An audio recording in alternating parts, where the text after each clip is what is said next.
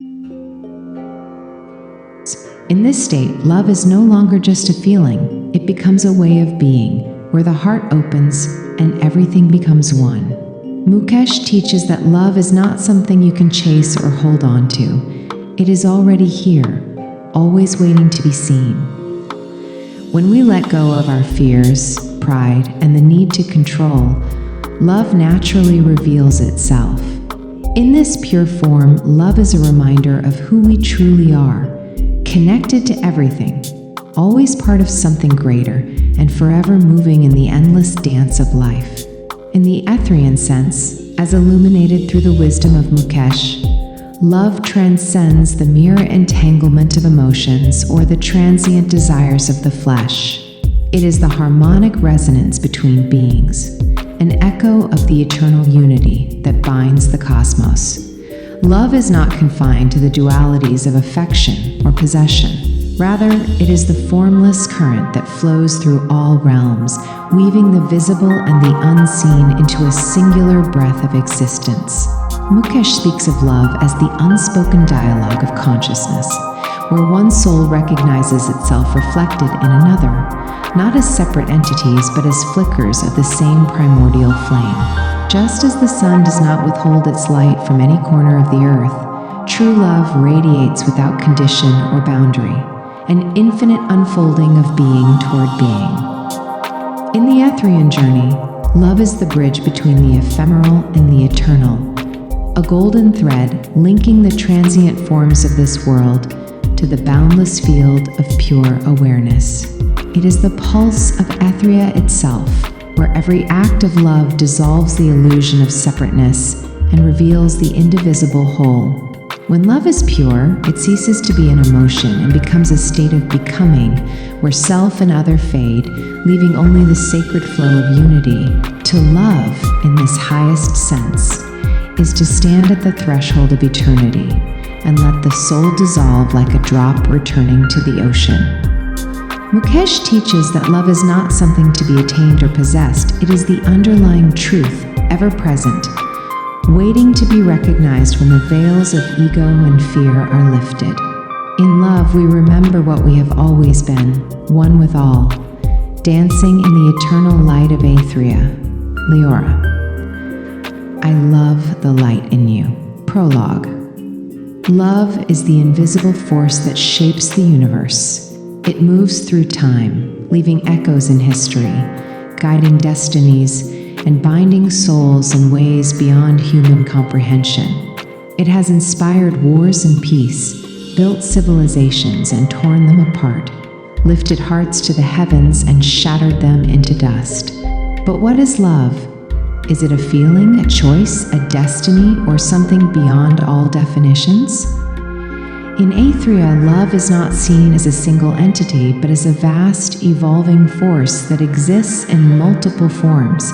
It is not confined to romance, but extends to friendship, devotion, sacrifice, self-awareness, and even the eternal love that transcends time and space. Love is a journey, one that every soul must take in its own way, through joy, through sorrow, through discovery, and through loss. This book is not merely an exploration of love as the world knows it.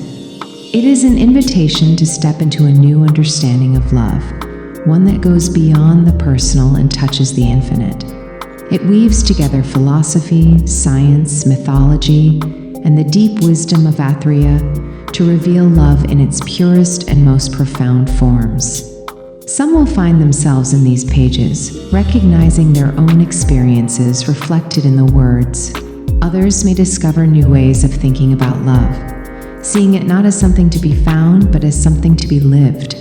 As you turn these pages, let go of everything you think you know about love. Step beyond the limits of expectation, beyond the illusions of possession, and into the boundless truth of love itself. For love is not just a moment, not just a relationship, not just a fleeting emotion. It is existence itself. Mukesh Kumar Sohal. Forward. Love is the most powerful force in the universe. It shapes our lives, inspires our greatest works, and defines the deepest moments of our existence. Love has been the subject of poetry, philosophy, and spiritual teachings for centuries, yet its mysteries remain infinite. This book, Aethrian Love, is not just about love as we commonly understand it. It is an exploration of love in all its dimensions: romantic, spiritual, self-directed, and eternal. It is a journey through the ways love can transform, heal, challenge, and transcend. Love is not a single emotion, nor is it confined to one form. In Aethria, love is seen as a living, evolving energy that takes different shapes depending on the connection it creates. It can be as fierce as the love that survives hardship, as tender as the love that nurtures, as deep as the love that spans lifetimes, and as boundless as the love that defies space and time. The wisdom in this book is drawn from many sources: ancient traditions, modern science, personal experiences, and the profound philosophy of Aethria. Each chapter unfolds a new layer of love's meaning, offering insights that challenge conventional ideas and expand the reader's understanding of what it truly means to love and be loved. As you embark on this journey, let go of preconceived notions about love.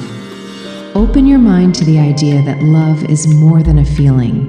It is a path, a teacher, and a force that moves through every part of existence.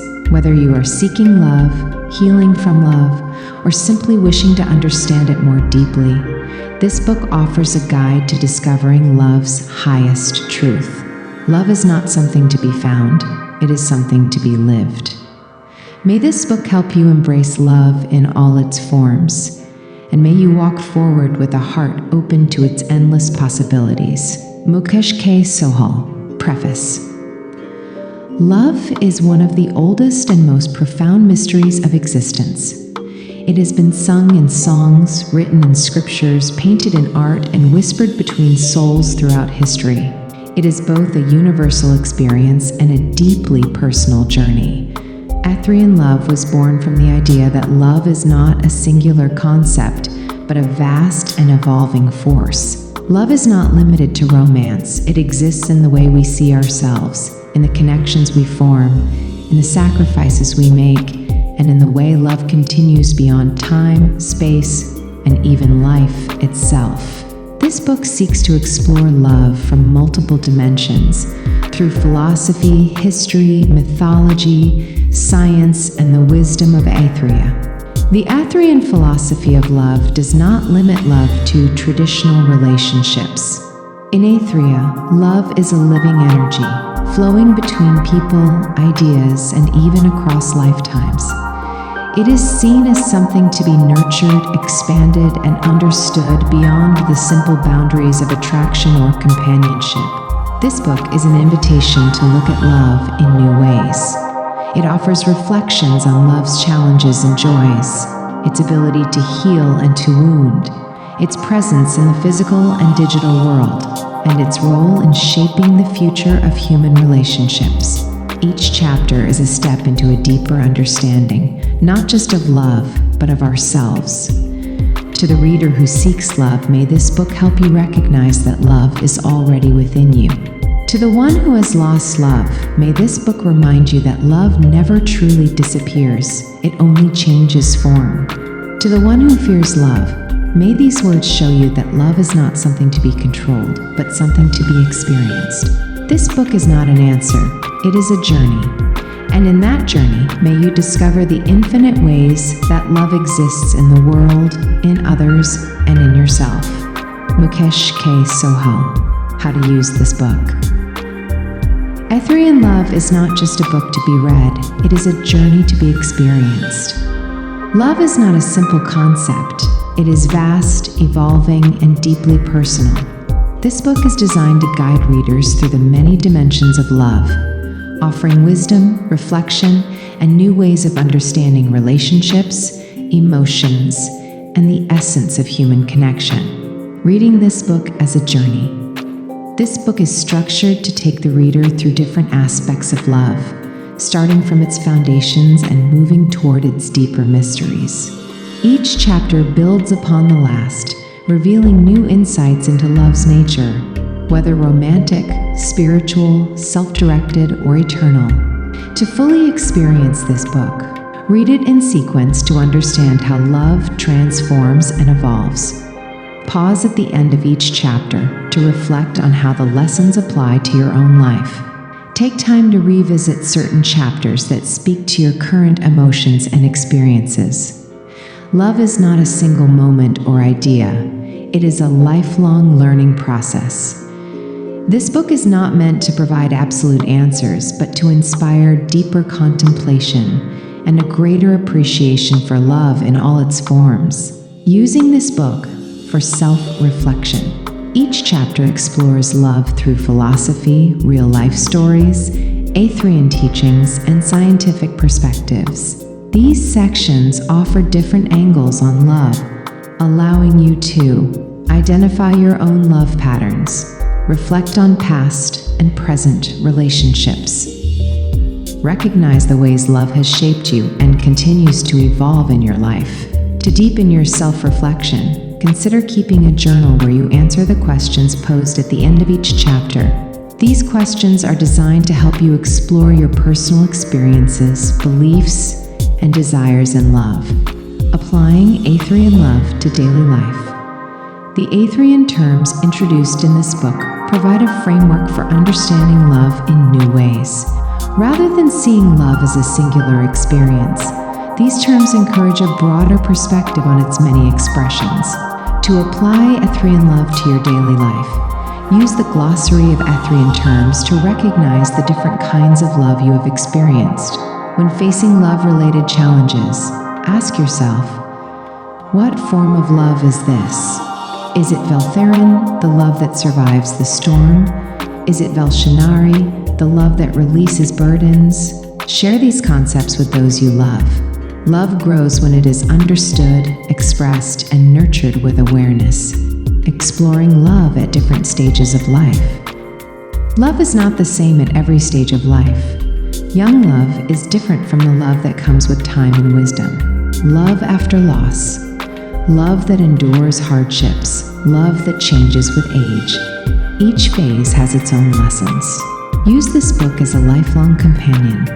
If you are searching for love, explore the chapters on self-love, soulmates, and attraction. If you are in love, use the sections on commitment, sacrifice, and forgiveness to strengthen your bond. If you are healing from love, let the chapters on healing, transformation, and eternal love guide you toward peace. There is no right or wrong way to experience love, only the journey of learning and growing with it. Sharing this book with others. Love is meant to be shared. This book is not just for personal reflection. It can also serve as a guide for deep conversations, relationship discussions, and even group study. Ways to share this book's wisdom. Discuss its concepts with a partner to deepen your understanding of each other. Use it in book clubs, spiritual gatherings, or philosophy discussions on love. Gift it to someone seeking answers about love, healing, or personal growth. Love expands when it is given, and the wisdom within these pages is meant to inspire greater love in the world. Returning to this book over time. Love is not a one-time lesson, it is a continuous journey. What you understand today may change as you grow, experience new relationships, and see love from different angles. This book is designed to be read and revisited throughout life. As your experiences evolve, the meanings within these pages will shift and deepen. What speaks to you now may not be the same chapter that speaks to you in 10 years. Return to this book when you are feeling lost in love and need guidance. You want to deepen your understanding of yourself and your relationships. You seek inspiration, hope, or a reminder of love's infinite possibilities. Love is never stagnant, and neither is the wisdom that surrounds it. Let this book grow with you, just as love itself does. Final thought. Love is a choice, a journey, and a truth. There is no single definition of love because love is as vast as the universe itself. Some may see it as fate, others as an emotion, others as a sacred force that binds existence together. Whatever love means to you, one truth remains. Love is the greatest teacher of all. Now, as you close this book and return to the world, ask yourself the question that began this journey. Are you ready to live a life filled with love? Chapter 1, Leora, the Light of Love. Introduction, the Aethrian perspective on love. Love in Aethria is not merely an emotion or a bond between two beings. It is light, pure, radiant, and eternal. In Valerian, the Aethrian language, Leora means I greet the light in you, a recognition that love is the luminescence within every soul. To love in the Aethrian sense is not just to feel, but to illuminate, to expand, and to dissolve all separations between self and other. But what is this light? Is it biological? Is it divine? Or is it something that transcends both? To explore love in Aethria is to journey through its many manifestations, romantic, platonic, divine, and universal. Each a reflection of Leora, the luminous essence that binds all existence. This chapter unfolds through a story, a tale of two seekers who, in their quest for knowledge, discover the highest truth of love. The story of Rihan and Elia, the seekers of light. Rihan, a young philosopher of Aethria, spent his days meditating upon the essence of existence. His mind was sharp, his logic unwavering, but within his heart there was an unspoken void.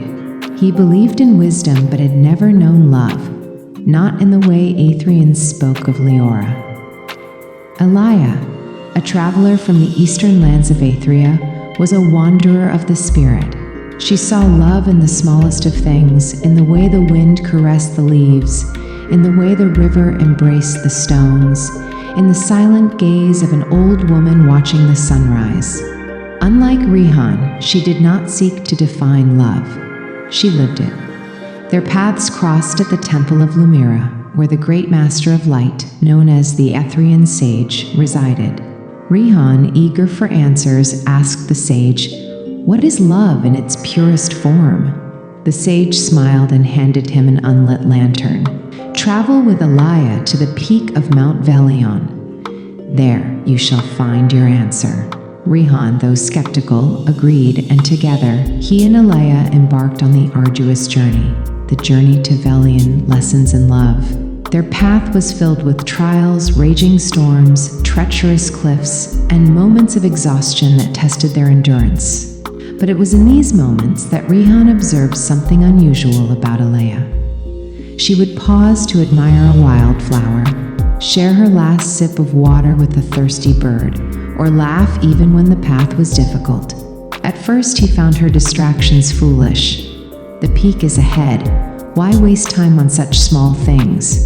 Elia only smiled. The peak will always be there, Rihan. But this moment, this touch of the wind, this kindness we share, it is love in motion. Rihan did not understand. He saw love as something grand, something profound, not as simple as a flower blooming or a bird finding shelter. As they neared the summit, a heavy storm descended upon them. The wind howled, the rain lashed against their skin, and their lantern remained unlit. Rihan felt despair. Elia, however, stood firm. She cupped her hands around the lantern and whispered, "Leora." At that moment, a strange warmth filled the space between them. The wind seemed to soften, the storm lost its fury, and the lantern, without a single spark, began to glow. Rihan stared in disbelief. How? Elia's eyes shone with the same light. Love is not something to seek, Rihan. It is something to become. The light of Leora is not in a flame, not in a word, but in the way we embrace the world. The revelation, love as the light of existence. When they reached the summit, the sage was already there, waiting. "Tell me, Rihan," the sage said. "What have you learned?" Rihan bowed his head. "I sought love as knowledge, but I found it as light. It is not bound to logic, nor is it an external force. It is within and around, waiting to be seen, waiting to be lived." The sage nodded. And thus, the lantern you carried was never empty. It only needed your heart to recognize the light. As dawn broke over the horizon, Rihan and Elea stood together, watching the sun's first golden rays touch the earth. In that moment, Rihan finally understood. Love, in its highest form, is not attachment, nor possession, nor even longing. It is the act of becoming light. It is Leora, the eternal recognition of the divine within each soul. Conclusion: the Aethrian understanding of love. The story of Rihan and Elea is but one reflection of love's nature in Aethria. Love, like light, does not belong to any one person or place. It flows freely, touches all, and asks nothing in return. In science, love is often reduced to chemical reactions in the brain. In society, it is bound by customs and expectations. In religion, it is described as divine grace. But in Aethria, love is the light that permeates all things. It is not confined to the bonds of relationship, but exists in every act of kindness, every moment of presence, every whisper of understanding. To love in the Aethrian way is to illuminate, to bring warmth where there is cold, to bring clarity where there is confusion, to bring connection where there is separation. And so, as the first chapter of this journey comes to a close, the question remains, where is your Leora? Chapter 2: The Guru and the Seeker. Introduction: Love as wisdom and mentorship. Love takes many forms, but one of the most profound is the love between a mentor and a disciple, the sacred bond of guidance and transformation. In Aethria, this relationship is not merely one of knowledge transfer, it is a dance between seeker and wisdom, a silent yet powerful exchange of energy. This love is not possessive, nor is it transactional. It is Vidya Prem, the love of enlightenment, where the guru does not give answers but illuminates the path so the seeker may walk on their own.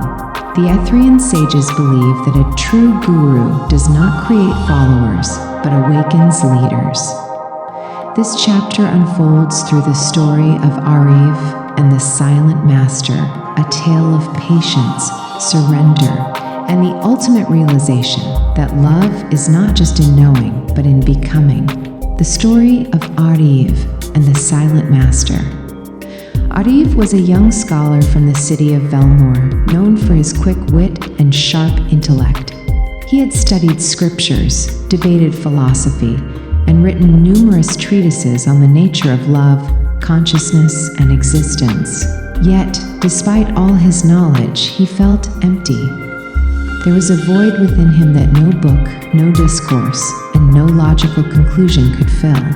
Hearing of a great master who lived in the remote mountains of Aethria, Ariv decided to seek him out. Surely, he thought, this master will reveal to me the ultimate truth of love and existence. He traveled for months, crossing rivers, forests, and snow-capped peaks until he finally reached the ashram of silence, where the revered guru, Master Vyomul, resided. The first meeting, a lesson in silence. Ariv entered the ashram with great anticipation. He had prepared complex questions, ready to challenge the master's wisdom. But when he finally stood before Master Vyomul, something unexpected happened. The master said nothing. The guru simply looked at Ariv, his gaze deep, timeless, and unwavering. Silence. Minutes passed, then hours. Ariv grew restless. Master, he finally spoke, I have come from far away to learn the truth of love and wisdom. Will you not teach me? Vyomul smiled but remained silent. Confused and slightly irritated, Ariv decided to stay, believing that the master would eventually speak. Days turned into weeks, and still, Vyomul offered no words, no answers, only silence. Ariv watched as the master moved about his day, tending to the garden, feeding the birds, watching the stars. His actions were simple, yet they carried a presence, a depth that Ariv could not understand. Frustration built within the young scholar. Why will you not teach me? He finally demanded. Vyomal, for the first time, gestured towards the vast sky and spoke only one word: love. Ariv was bewildered. Love? But what does that mean? Love is a complex concept. It must be analyzed, debated, you understood. Vyomal simply smiled and walked away. Determined to unlock the master's wisdom, Ariv stayed at the ashram, observing every movement of his teacher. Each day, he saw how Vyomal embraced the present moment, how he touched a tree with reverence, how he listened to the wind as if it were whispering ancient secrets, how he gazed at the moon with the tenderness of a lover. One night, after months of silent observation, Ariv finally understood. Vyomal was teaching through presence, not words. Love was not an intellectual concept to be dissected. It was to be lived. Humbled, Ariv knelt before the master. I have spent my life searching for love in words and ideas, but here in your silence, I have found it in everything. Vyomal placed a hand on Ariv's head. Now you are ready to learn. The revelation, love is surrender and transformation. The next morning, Vyomal gave Ariv his first true teaching. Love is not something you study. It is something you become. It is not taught through books, but through surrender. It is not a question to be answered, but a presence to be felt. Ariv's heart swelled with understanding. In all his years of seeking, he had never realized that love was not something external to be attained. It was the very essence of being. Over the years, he remained at the ashram not as a disciple seeking knowledge, but as a soul immersed in the light of presence. He no longer needed to debate, nor did he crave answers. He had become the lesson itself. One day, Vyomal smiled at him and said, "You are no longer my student, you are my equal." Tears filled Ariv's eyes, for he knew that the truest form of love was this: a teacher who wished not to be worshipped, but to awaken another to their own light. Conclusion: love as the highest form of guidance. The story of Ariv and Vyomal reflects a universal truth. True love does not impose. It does not command or control. It nurtures, it liberates, it empowers. A guru in the highest sense is not one who gives answers, but one who awakens the seeker to find their own. This is Aethrian love in its purest form, the love that does not bind, but sets free. And so, as the second chapter comes to a close, a question remains: who in your life has been your silent teacher? Chapter 3, Aethrian Soulmates. Introduction: The Mystery of Soulmates in Aethria. In the grand tapestry of existence, certain souls seem to find each other again and again across lifetimes. They come together not merely by chance, but by an unseen force, an eternal thread that binds them beyond time and space. In Aethria, this connection is called Veltherin, meaning two flames born of the same light. Unlike the popular idea of soulmates as romantic partners alone, Veltherin represents a much deeper union, one that transcends physical attraction and emotional longing. It is the meeting of two beings whose energies are woven together in the cosmic dance of existence. But how does one recognize such a connection? Is it destiny or is it a choice? This chapter unfolds through the story of Kael and Seria, two souls separated by lifetimes, only to reunite under the strangest of circumstances. The story of Kael and Seria, the unfinished symphony. Kael was a wanderer. He had traveled through lands far and wide, seeking knowledge, adventure, and purpose. But despite the many places he had seen, a strange emptiness followed him. It was not sadness, nor was it loneliness. It was a whisper, a calling, as if something or someone was missing. Seria was a healer, a woman whose touch could soothe the deepest wounds. She lived in the valley of Luthien, known for its ancient springs where travelers came seeking solace. Though she had healed many, her own heart carried an unspoken ache, a longing for something she could not name. One evening, As the autumn wind whispered through the valley, Kyle arrived at Seria's healing sanctuary.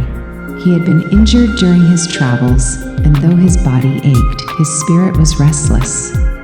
The moment Seria's eyes met his, something shifted. Neither spoke, neither moved, yet both felt a strange familiarity, as if they had known each other for lifetimes.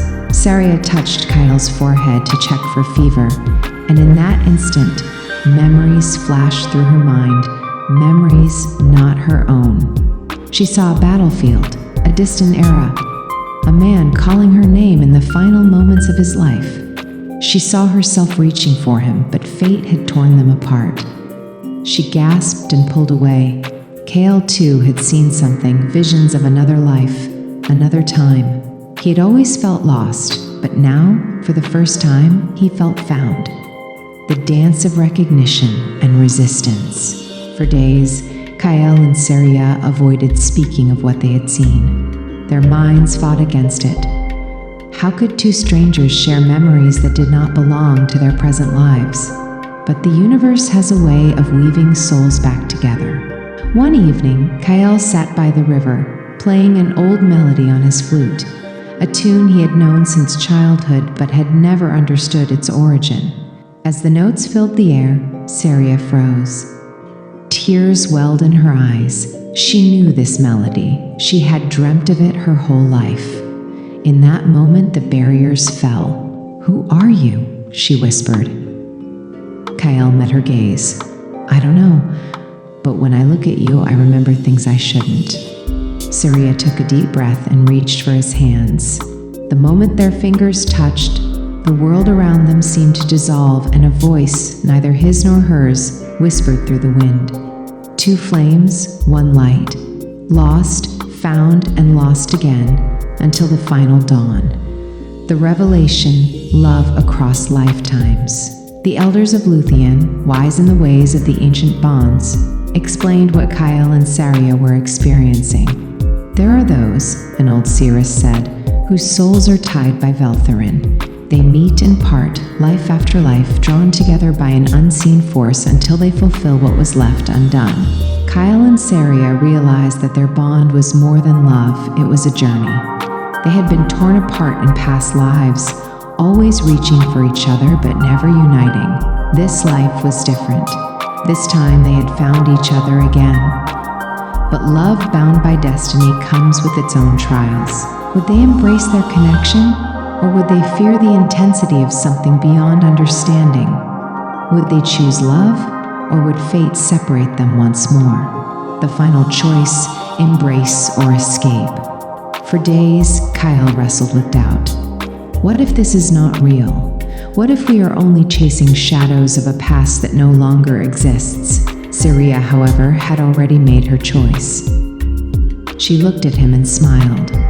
The past is a memory, the future is a mystery. But this moment, this is where love lives. Kyle closed his eyes. He had wandered all his life searching for something unknown. Now he understood. Love was not something to seek, it was something to surrender to. He took Seria's hand, and together they stepped into the unknown, no longer afraid. Conclusion: the Aethrian understanding of soulmates. Kyle and Seria's story reveals a profound truth about love. Aethrian soulmates are not about fairy tale romance or perfection. They are about recognition, growth, and the choice to embrace what was always meant to be. Soulmates are not just lovers. They can be friends, mentors, or even strangers who change our lives in an instant. They are the ones who make us remember who we truly are. And so, as this chapter comes to an end, the question remains, who is your Veltherin? Chapter 4, The Chemistry of Affection. Introduction. Love through the lens of science. Love has been written about in poetry, sung about in songs, and revered as the force that moves the universe. But beneath the metaphors and emotions, love is also a biological phenomenon, an intricate dance of hormones, neurotransmitters, and evolutionary instincts. In Aethria, love is understood as Leora, the light that connects souls. But does this light have a scientific basis? Can we explain deep affection through biology without stripping it of its magic? This chapter unravels the mysteries of love at a cellular level, exploring what happens in the brain when we experience attraction, attachment, and devotion. Through the story of Leora and Elias, we will witness the power of chemistry in shaping emotions, decisions, and even destinies. The story of Leora and Elias, Love in the Lab. Leora was a neuroscientist, fascinated by the inner workings of the human mind. She had spent years researching love, not as a poet or philosopher, but as a scientist. She believed that love was nothing more than a biological illusion, a series of chemical reactions designed by evolution to ensure survival. Elias, on the other hand, was a musician. He believed love was the only real magic in the world, something beyond science, beyond logic. You cannot measure love, he often said. You can only feel it. Their paths crossed when Elias volunteered for a scientific study on love and the brain. Leora was leading the research, mapping the neural activity of people in love. As she scanned Elias's brain while he listened to a song that reminded him of a past love, she noticed something extraordinary. His brain showed activity not only in the emotional centers, but also in regions associated with memory, decision-making, and even pain relief. Intrigued, she ran more tests, this time on herself. As a scientist, she had always approached love with skepticism, yet as she examined her own brain's response to music, she felt something unexpected: warmth, nostalgia, longing. For the first time, Leora questioned her own beliefs. Could love be more than just chemistry, the science of love, what happens in the brain? Love, from a biological perspective, follows three main phases, each governed by different neurochemicals. 1. Attraction, the rush of dopamine and norepinephrine. When two people feel an initial spark, their brains release dopamine, the same neurotransmitter linked to pleasure and reward. This is why love can feel addictive. Dopamine activates the same neural pathways as drugs. Norepinephrine, another hormone, increases alertness, making us feel excited and even anxious around someone we're attracted to. This is why our hearts race and palms sweat during new romantic encounters. 2. Attachment, the bond of oxytocin and vasopressin. As relationships deepen, the brain shifts from excitement to bonding. Oxytocin, known as the love hormone, is released during physical touch, deep conversations, and even simply looking into a loved one's eyes. Vasopressin, another bonding hormone, is responsible for long-term attachment, especially in monogamous relationships. 3. Devotion, the role of serotonin and endorphins. Over time, love stabilizes. Serotonin, the happiness neurotransmitter, helps maintain emotional balance. Endorphins, the body's natural painkillers, create feelings of comfort and security, making love a source of emotional healing. Leora explained these processes to Elias, expecting him to be disappointed that love could be reduced to mere chemicals. But instead, Elias smiled. "This doesn't take away the magic," he said. "It makes it even more incredible. Love is both science and soul." The debate, is love just biology? Leora and Elias spent months discussing the nature of love. Their conversations led them through science, philosophy, and history. Leora argued that love evolved as a survival mechanism. Early humans who formed strong pair bonds were more likely to protect their offspring, ensuring the continuation of their genes. Even today, she explained, love follows predictable patterns based on hormonal shifts. Elias, however, believed love was more than biology. If love is just a chemical reaction, why do people continue to love someone even after they're gone? Why do soulmates find each other even when everything is against them? Leora had no scientific answer for that. Science could explain the mechanics of love, but not the depth of human connection. The revelation, the union of science and mystery. One evening, Leora found herself staring at a brain scan, the image of Elias's neural activity while thinking of a loved one. She had spent years analyzing such scans, but this time, something felt different. She saw how love lit up the brain, activating areas responsible for memory, imagination, and even spiritual experiences. At that moment, she realized that love was not just about survival, it was about meaning. Science could explain the how of love, but not the why. That night, as Elias played a soft melody on his guitar, Leora simply listened, not as a scientist, not as a skeptic, but as a human being touched by something beyond logic. And for the first time, she understood. Love was both chemistry and mystery. Conclusion: the Aethrian perspective on love and science. The story of Leora and Elias reveals an important truth. Love is neither purely scientific nor purely mystical. It is both. The body experiences it through hormones and neurotransmitters, but the soul experiences it as something timeless, something that transcends physical form. In Aethria, love is seen as Leora, the light that binds all things. Science explains how this light manifests in the brain, but it cannot define the depths of love's power. Love heals. Love transforms, love defies logic. And so, as this chapter comes to an end, one question remains. Is love something we understand, or something we surrender to? Chapter 5, The Quantum Connection. Introduction: Love beyond space and time. What if love is more than just an emotional or biological experience? What if it exists on a deeper level? One that defies the very fabric of time and space. In Aethria, love is not confined to the physical. It is energy, vibration, a force that connects souls beyond lifetimes. Modern science, particularly quantum physics, is beginning to hint at something similar, an invisible connection between particles, regardless of distance. This phenomenon, known as quantum entanglement, suggests that two entities can be so deeply linked that their fates are intertwined, even if they are light years apart. Could the same be true for love? Could two souls be quantum entangled, destined to influence each other no matter where or when they exist?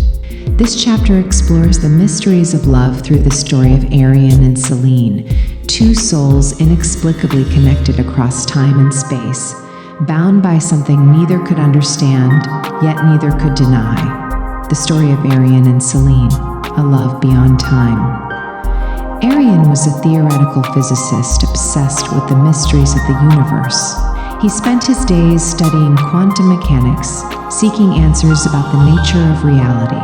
But despite his knowledge, there was one thing he had never understood: why he constantly dreamt of a woman he had never met. Selene was an artist, a dreamer. She painted landscapes she had never seen, faces she had never known. Among them, there was always one recurring figure, a man with deep eyes, looking at her as if he knew her soul. They lived in different worlds. Aethrian in the bustling city of Velcara, Selene in a quiet village by the sea. They had no reason to ever cross paths, and yet they did. One evening, Aethrian attended an art exhibition, dragged there by a friend who insisted he needed to see something beyond equations. As he wandered through the gallery, he froze. On the wall was a painting of a man staring at the stars. It was him. Shaken, he turned to find the artist, and there she was, Selene. Their eyes met, and in that instant, time seemed to collapse. The air around them felt electric, charged with something unseen. "Have we met before?" Aethrian asked, his voice barely a whisper. Selene smiled, her heart pounding. "I think we have, but not in this. The science of quantum entanglement and love." Aethrian could not explain what he felt, but he knew it defied logic. So he did what he always did. He turned to science. Quantum entanglement is a phenomenon where two particles become linked in such a way that their states mirror each other, no matter how far apart they are. If one particle changes, the other instantly reflects that change, even if they are on opposite sides of the universe. This is what Einstein called spooky action at a distance. But what if love worked the same way? Scientists have already discovered that human emotions can influence the physical world. Studies have shown that heartbeats can synchronize between loved ones, even when they are apart. Could it be that certain souls are entangled in ways beyond our understanding? Aethrian became obsessed with the idea. He ran experiments, tested theories, yet the answer remained just out of reach, until one night when Celine unknowingly proved it to him.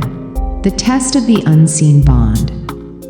One evening, Aethrian and Celine sat by the ocean, watching the waves. "I feel you," Celine whispered.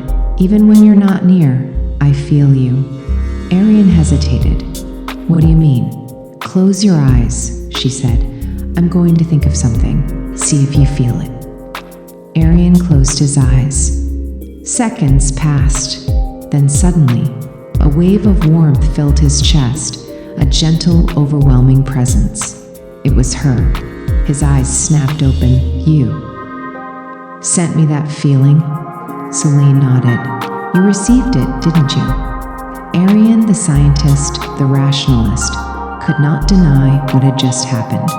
He had spent his life searching for proof of connection beyond space and time, and now it had found him.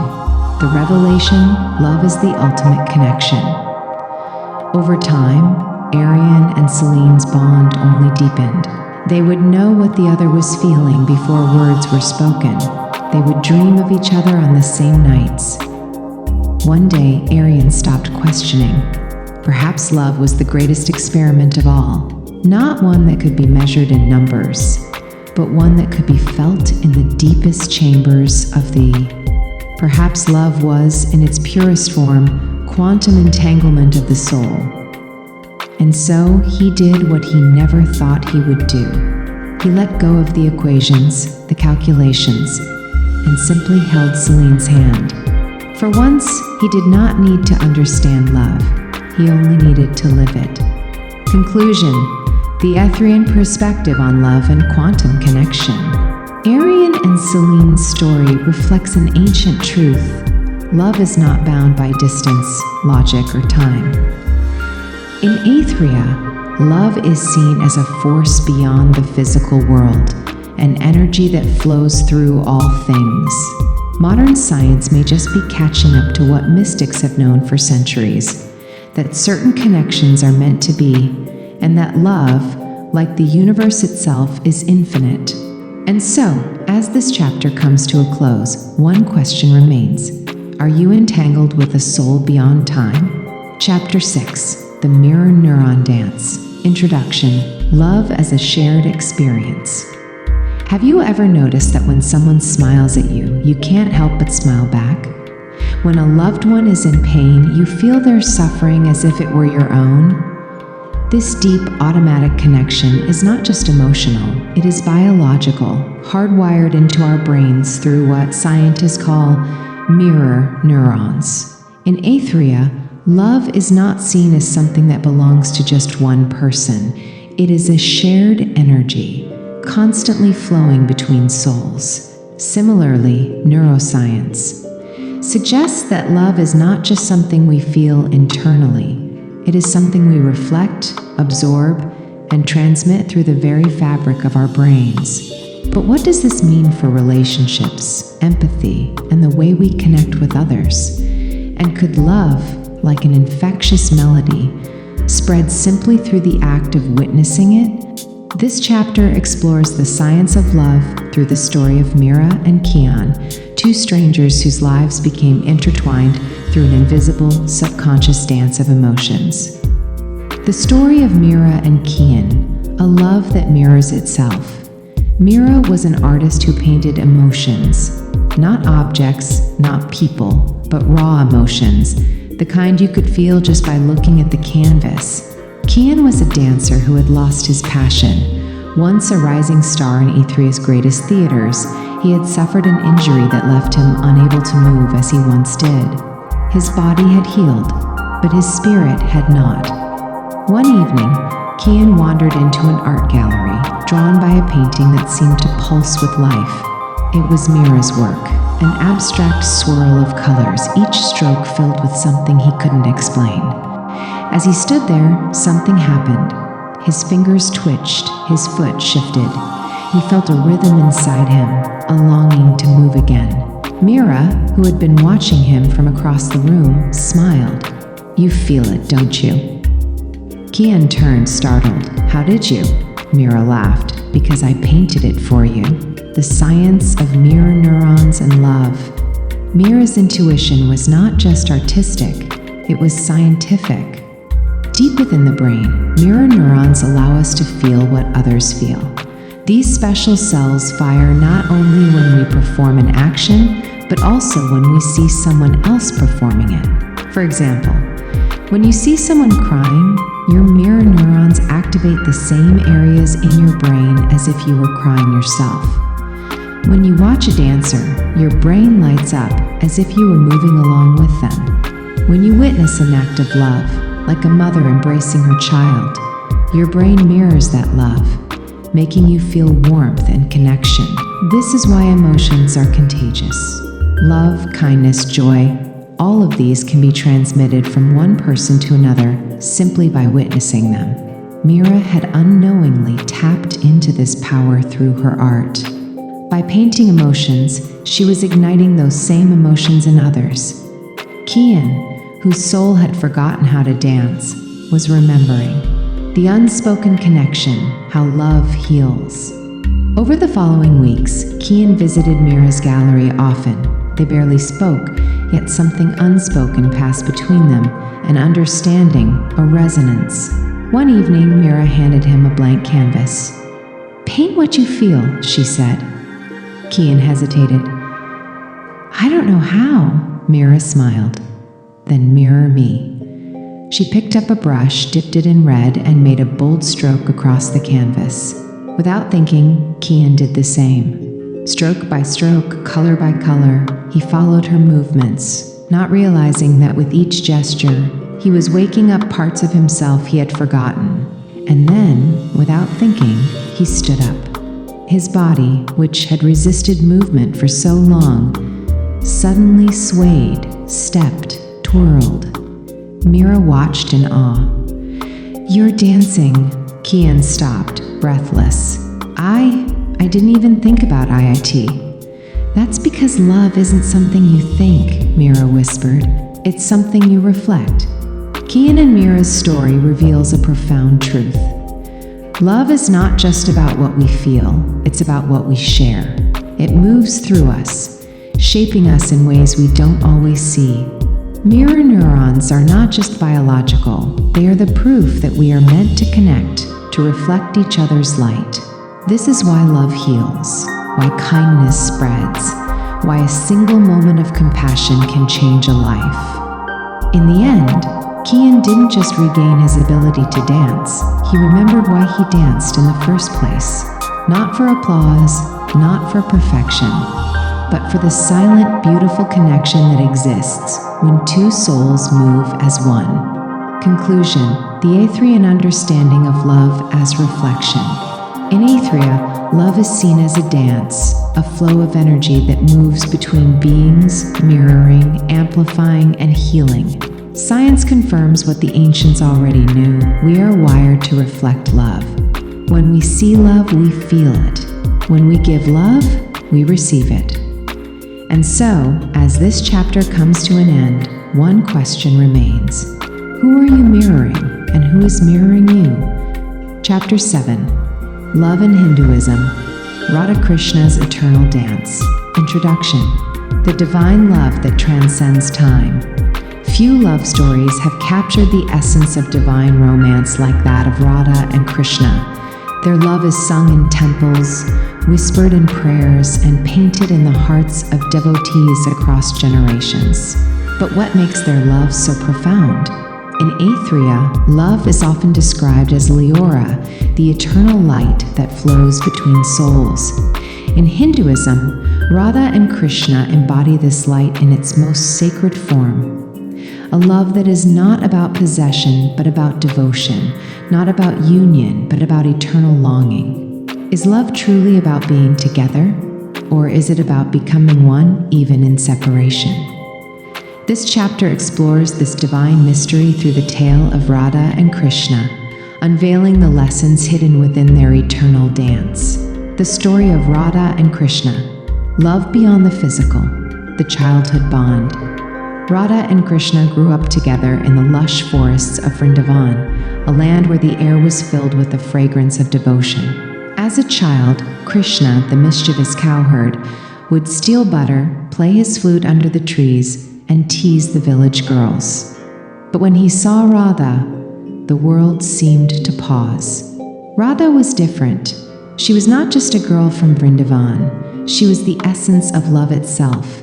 Their bond was effortless, pure, untouched by the world's expectations. They danced together, laughed together, and in each other's presence, they felt something beyond words.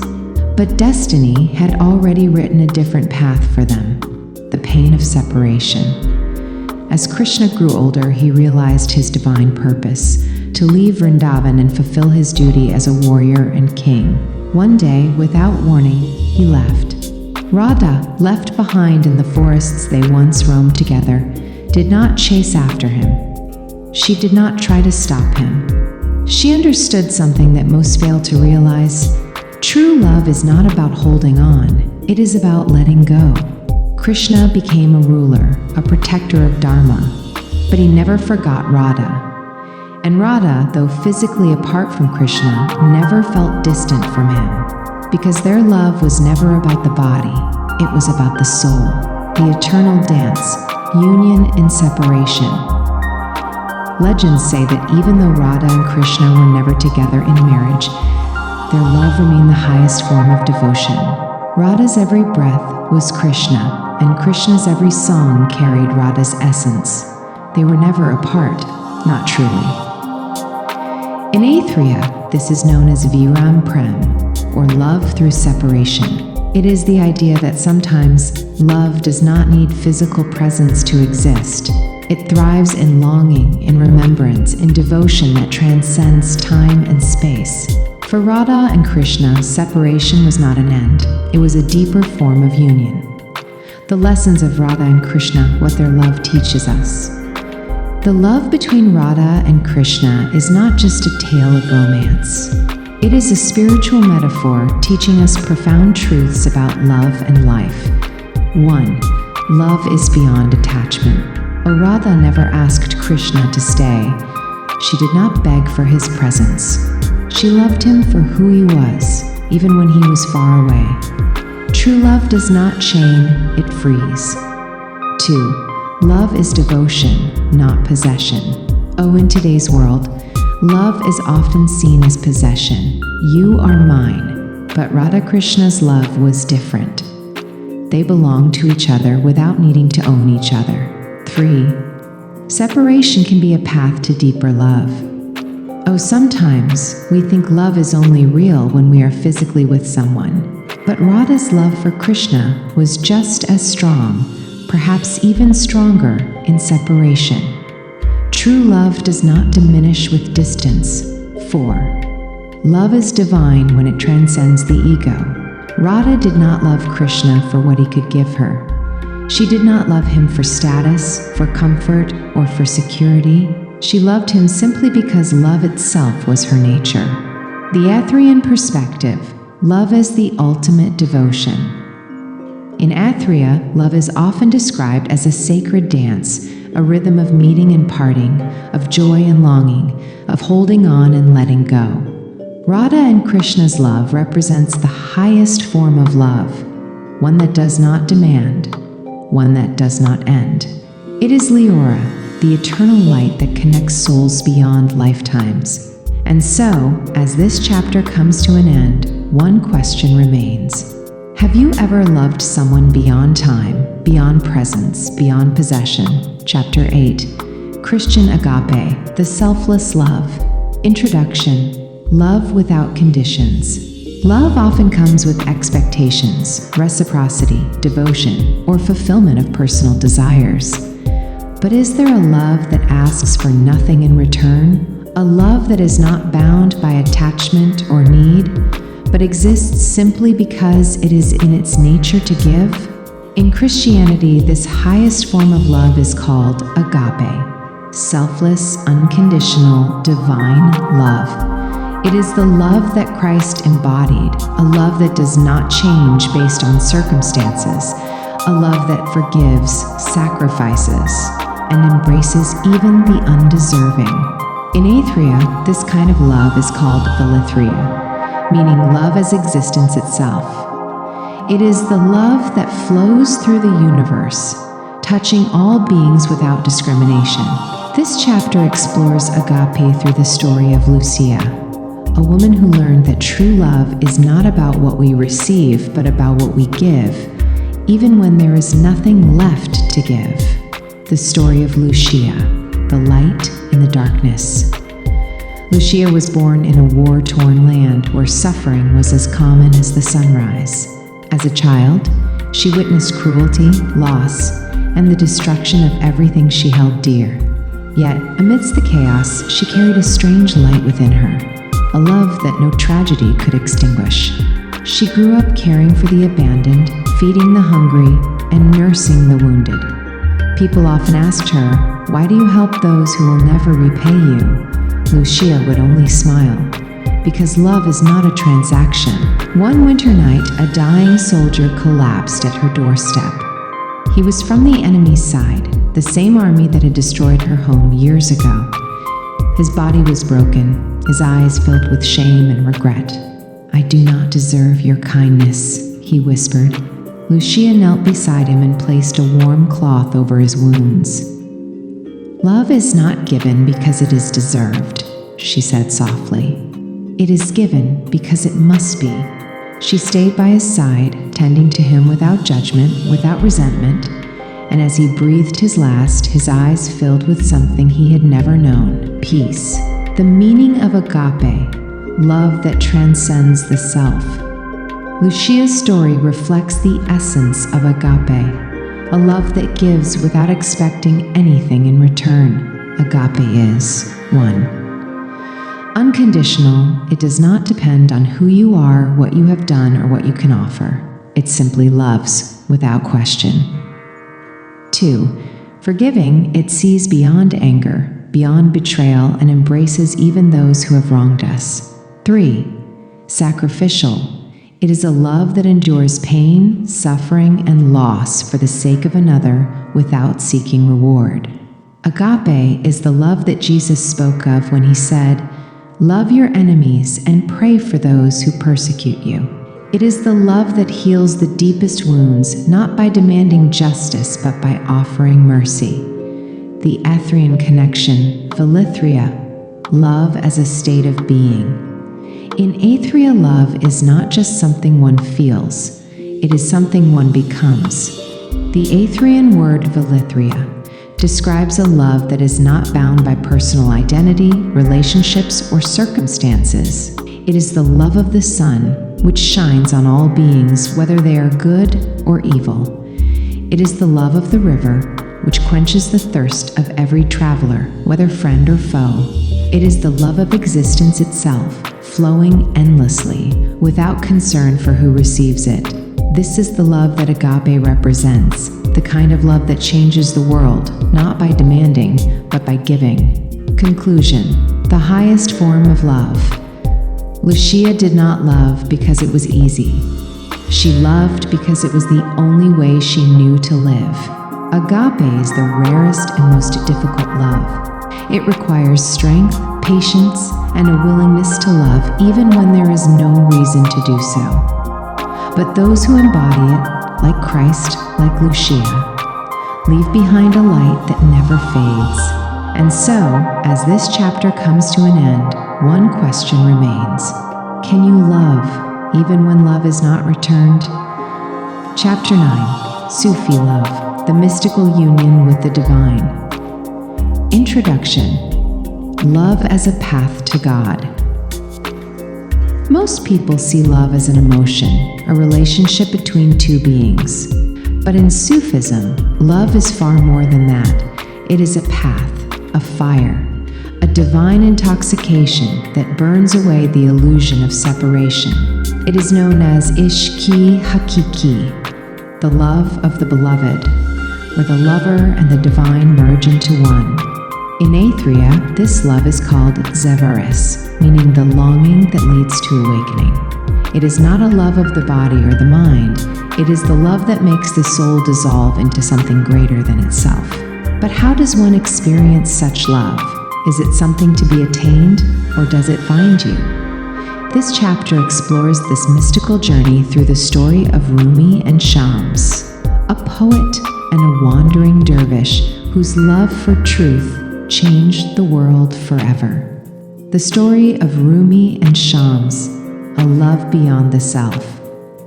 Jalaluddin Rumi was a scholar, a man of great knowledge and wisdom. He taught in the grand halls of Konya, respected by all. But in his heart, there was a thirst that books and debates could not quench. Then one day, he met Shams of Tabriz, a wandering Sufi dervish. Shams was not a scholar, nor did he care for social honor.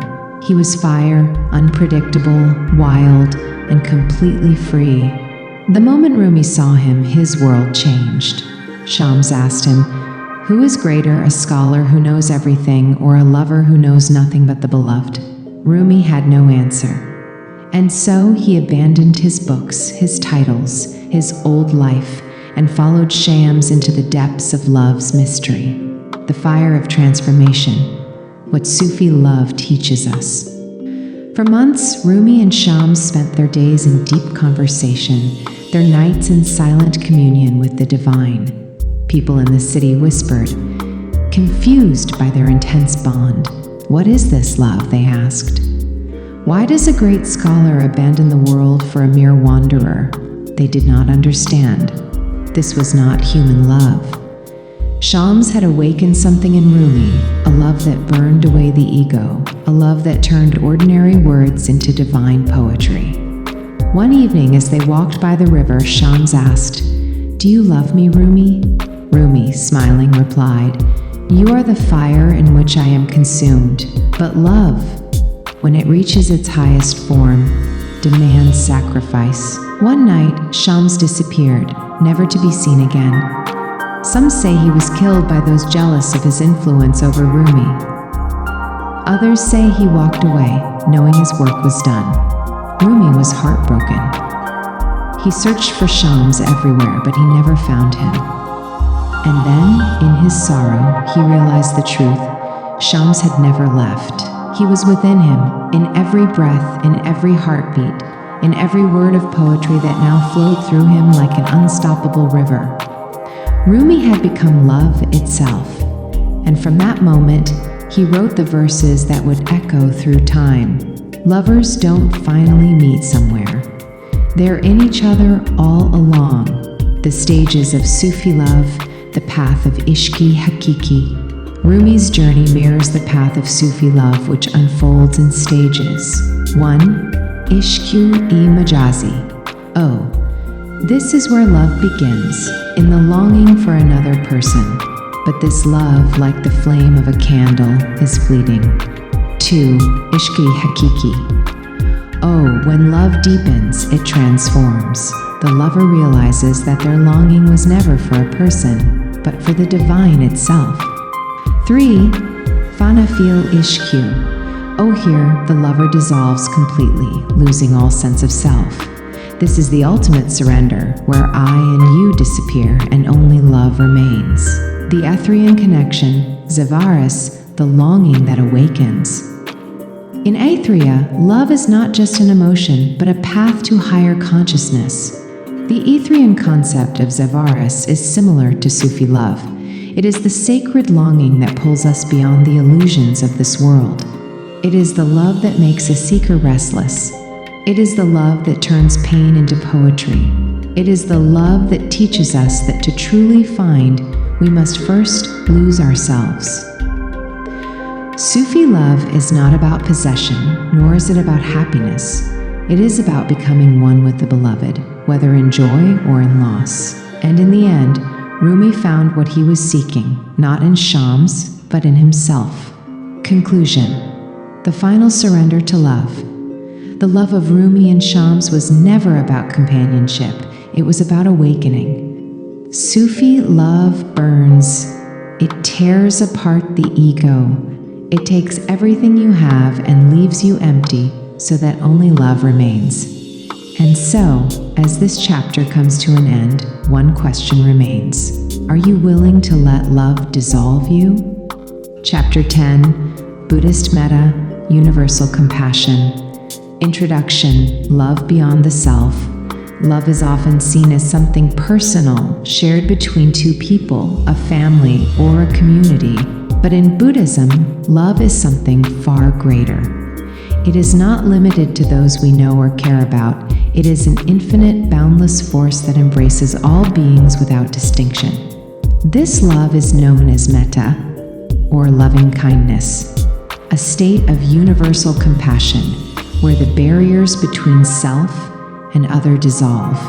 It is love without attachment, without desire, without expectation. It is love in its purest form. In Aethria, this form of love is called Suthara, meaning the love that flows to all. It is the gentle warmth of existence itself, the unconditional kindness that expects nothing in return. But how does one cultivate such love? How does one transform personal affection into a force that touches all beings, even those who have wronged us? This chapter explores these questions through the story of Kavi, a man who learned that true love is not just about feeling, it is about becoming a source of love for the entire world. The story of Kavi, the man who hated love. Kavi was a man who had given up on love. He had been betrayed, abandoned, and hurt too many times. Love is an illusion, he told himself. It is nothing but. So he shut himself away from the world, refusing to let anyone in. He believed he was safer this way. One day, while wandering alone in the mountains, Kavi stumbled upon an old monastery. The monks welcomed him with kindness, offering him food and shelter. Though he had long abandoned any belief in love or goodness, something about their presence unsettled him. Why are they so kind, he wondered. What do they want from me? He watched as the monks went about their day, helping the sick, feeding the hungry, meditating in silence. Their love was not directed at one person, nor did they seek anything in return. Finally, he asked the head monk, "Why do you love people who do not love you back?" The monk smiled. "Because love is not something we receive, it is something we become. The practice of metta, expanding love beyond borders." Kavi was skeptical. How can you love everyone, even those who have hurt you? The monk replied, "Sit with me. I will teach you the way of metta." The 4 stages of metta meditation. 1. Loving oneself. The monk instructed Kavi to close his eyes and repeat, "Oh, may I be happy. Oh, may I be healthy. Oh, may I be at peace." At first, Kavi resisted. He had spent years hating himself. But slowly, as he whispered these words, he felt a warmth in his chest, a love he had never given himself before. 2. Loving a loved one. Next, the monk told him to think of someone he cared about and repeat, "May you be happy.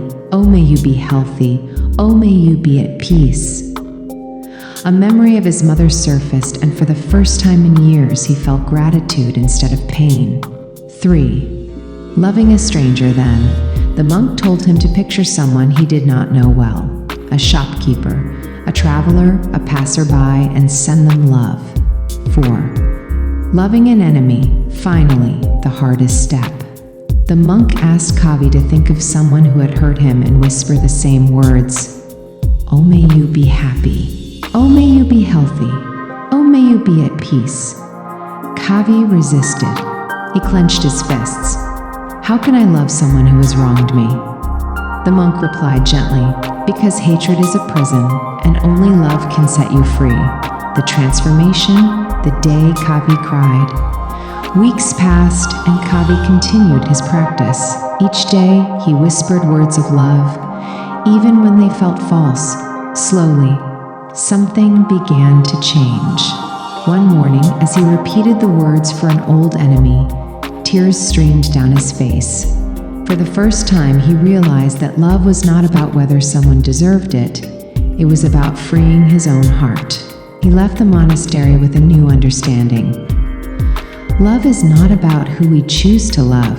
It is about choosing to love, no matter what. The lessons of metta, what universal love teaches us. The practice of metta reveals 3 profound truths. 1. Love begins with ourselves. Oh, if we do not love ourselves, we cannot love others. Self-kindness is the foundation of all love. 2. Love is a choice, not a reaction. Oh, love does not depend on what others do. It is something we give freely, regardless of how we are treated. 3. Love heals even the deepest wounds. By sending love even to those who have hurt us, we free ourselves from suffering. In Buddhism, metta is not just a practice, it is a way of being. It is love that flows endlessly, expecting nothing, asking for nothing, but giving everything. The Aethrian connection, Suthara, the love that flows to all. In Aethria, Suthara is the love that moves like water, gentle, nourishing, and boundless. It does not cling, nor does it seek control. It flows, touching everything in its path, bringing life wherever it goes. Metta and Suthara teach us that love is not meant to be held, it is meant to be given. Conclusion: the highest freedom in love. Kavi thought love was weakness. He thought love made him vulnerable. But in the end, he realized love is the greatest strength. To love without expectation, to love without fear, to love even in the face of hatred, this is the highest form of freedom. And so, as this chapter comes to an end, one question remains. Can you love not just one person, but the whole world? Chapter 11, Taoist Love, Flowing with the Way. Introduction: Love without force. Most people believe that love requires effort, chasing, convincing, holding on. But in Taoism, love is seen as something that should flow naturally, like a river finding its path. It is called Wu Wei, the art of effortless action, where love is not forced but allowed to unfold. In Aethria, this kind of love is called Velunara, meaning love that moves without resistance. It is the love that does not cling, does not demand, and does not control. It simply exists, flowing in harmony with the natural order of life. But how do we love without attachment? How do we trust love enough to let it take its own course? This chapter explores these questions through the story of Li Shen, a man who spent his life chasing love, until he discovered that true love is like the wind, felt but never held. The story of Li Shen, the man who held too tightly. Li Shen was a poet and philosopher, a man who believed that love must be pursued with great intensity. He wrote verses about passion, about longing, about the need to fight for love at all costs. One day, he fell deeply in love with Mei Lin, a woman whose spirit was as free as the sky. She laughed easily, danced with the wind, and never seemed bound by anything. Li Shen, fearing that she would slip away, tried to hold her closer. He made promises, swore devotion, and planned a future where she would always be by his side. But the more he tried to keep her, the more distant she became. One evening, as they sat by the river, Mei Lin placed a small bird in his hands. "What do you feel?" she asked. Li Shen held the bird gently. It is beautiful."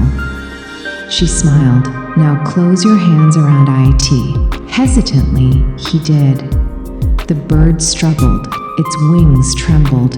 It could no longer move freely. Mei Lin whispered, "Now open your hands." Li Shen obeyed, but the bird, too afraid to stay, flew away. Mei Lin looked into his eyes. "Love is like this bird. Hold it too tightly and you will crush it. But open your hands and it may choose to stay." Li Shen was silent. For the first time, he understood. Love is not about control. It is about trust. The Taoist philosophy of love, Wu Wei, and the flow of relationships. The story of Li Shen and Mei Lin reflects one of the core teachings of Taoism. Wu Wei, the idea that the best way to achieve harmony is to stop forcing things and let them happen naturally. In love, this means 1. Let love happen naturally. Do not chase, do not force.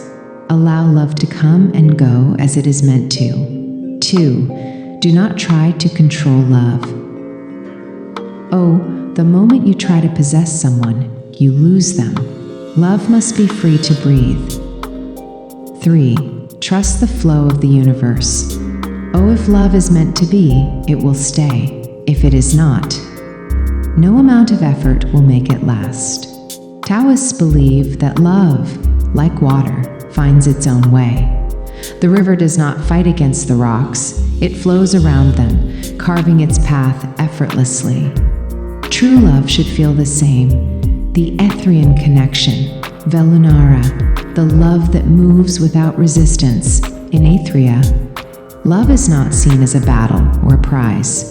It is a current that moves through life, touching those who are open to it. Velunara is the love that does not grasp, it allows people to be who they are without trying to change them. Does not chase, it does not seek validation, because true love does not need to be proven. Does not fear loss, it understands that love, like the wind, cannot be held, only experienced. Li Shen learned this the hard way. And when he finally let go of his need to control love, something miraculous happened. Mei Lin stayed, not because she was held, but because she was free to choose. Conclusion: the wisdom of letting go. Love, when it is true, does not need chains. It does not need force. It needs only space to grow. The Tao teaches us that when we stop trying to control love, it becomes effortless. And so, as this chapter comes to an end, one question remains. Are you holding too tightly, or are you allowing love to flow? Chapter 12. Judaism and the Covenant of Love. Introduction. Love as a sacred commitment. Love is often spoken of as passion, emotion, or fate. But in Judaism, love is something deeper. It is a covenant, a sacred commitment that transcends feelings and fleeting desires. It is called ahava, a love that is built through action, responsibility, and faith. In Aethria, this form of love is known as liorathel, meaning the love that is chosen again and again. It is not dependent on emotions which rise and fall, like waves, but on devotion, the unwavering choice to love, even when passion fades. What does it mean to love through action? Can love exist beyond desire, beyond feelings, beyond time itself? This chapter explores these questions through the story of Daniel and Miriam, a couple who discovered that true love is not always about what we feel, it is about what we do. The story of Daniel and Miriam, a love that endured. Daniel and Miriam were married young, full of laughter, dreams, and passion. In the early years, love felt effortless. They spoke in whispers late into the night, walked hand in hand through the seasons, and believed their love was unbreakable. But time, as it often does, tested them. Life became routine. Work consumed their days. Arguments over small things grew into silent distances. The passion that once burned so brightly had dimmed into embers. One evening, after a long silence, Daniel turned to Miriam and asked, "Do you still love me?" Miriam sighed, staring into the flickering candlelight. "Some days I don't know." The words stung, but Daniel did not look away. Instead, he asked, "Then why are you still here?" Miriam smiled softly. "Because love is not about feeling something every day. It is about choosing each other, even on the days we don't feel it." And so, they stayed, they worked, they forgave. They learned that love is not a fire that burns wildly forever. It is the light that one tends to, day after day, keeping it alive through devotion. The meaning of ahava, love as action, not just emotion. Miriam's words reflect a fundamental truth of ahava, the Jewish concept of love. 1. Love is a choice, not just a feeling. Feelings come and go, but love is the decision to stay, to nurture, to build something greater than oneself. 2. Love is expressed through actions. In Hebrew, the word ahava comes from the root ahav, meaning to give. Love is not about what we receive, but what we offer: kindness, patience, loyalty. 3. Love is a covenant, not just a passion. In Jewish tradition, love is not a fleeting romance. It is a commitment, a sacred bond, a promise that is honored even when it is difficult. This is why in Jewish weddings, the couple does not vow to stay in love. Instead, they vow to choose love, through joy and sorrow, through light and darkness, through every season of life. The covenant of love, what makes love last. The story of Daniel and Miriam teaches us that love is not about avoiding hardships. It is about standing together through them. The Jewish concept of love reveals 3 sacred principles that make love endure. 1. Chesed. Love is shown through daily acts of kindness, small gestures that strengthen the bond over time. 2. Amunah. Love is faith, not only in a partner but in the love itself, that it is worth fighting for, worth nurturing, worth keeping. 3. Tikkun olam. True love is not just about 2 people. It extends outward, making the world a better place. A loving relationship is one that brings light not only to the couple, but to those around them. Love, in its highest form, is not about perfection. It is about perseverance. The Aethrian connection, liorethel, the love that is chosen again and again. In Aethria, liorethel represents the love that is not bound by passion but by devotion. It is the love that says, "I will stand by you, even when love is difficult. I will choose you, not just today, but every day. I will love not only when I feel it, but even when I don't, because love is not about me, it is about us." This is the love that Daniel and Miriam discovered. This is the love that endures. Conclusion, the greatest commitment of all. Many believe love is something that happens to us, a feeling that we cannot control. But in Judaism and in Aethria, love is something far greater. Love is a covenant, a sacred promise. It is the choice to stay, to build, to grow together again and again. And so, as this chapter comes to an end, one question remains. Are you choosing love, or are you waiting for love to choose you? Chapter 13, Love in Ancient Pagan Traditions. Introduction. Love as a sacred force of nature. Before the rise of modern religions, ancient civilizations saw love as something deeply woven into the fabric of the natural world. Love was not just a feeling or a bond. It was a sacred force, flowing through the earth, the stars, and the elements. It was in the whispering winds, the roaring rivers, the fire of the sun, and the mysteries of the moon. In Celtic, Norse, Greek, and other pagan traditions, love was honored through rituals, divine unions, and connections that transcended the physical. These cultures did not separate love from nature, but saw them as one, an eternal dance between human hearts and the universe itself. In Aethria, this sacred love is called Thalvera, meaning the love that moves with the rhythm of the cosmos. It is the belief that love is not man-made, It is elemental, eternal, and alive. But what did love mean to the ancients? How did they celebrate it, and what can we learn from their wisdom today? This chapter explores love through the lens of ancient pagan traditions, unveiling the mystical and cosmic nature of romance, devotion, and sacred connection. The story of Aethria and Caelin, a love that followed the stars. In the Celtic lands of old, under skies untouched by city lights, a young woman named Aethria stood by the sacred oak, watching the stars. She had waited for this night, the festival of Beltane, when lovers declared their union under the blessings of the moon and fire. Aethria was promised to Caelin, a warrior with a soul as fierce as the storms. Their love was not arranged by families, but written in the stars, whispered in the winds since childhood.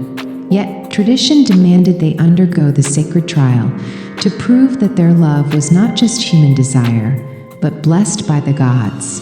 And so, under the eyes of the Druids, they began their journey into the ancient forest, where lovers were tested by the four elements. The trials of love, the four elemental tests.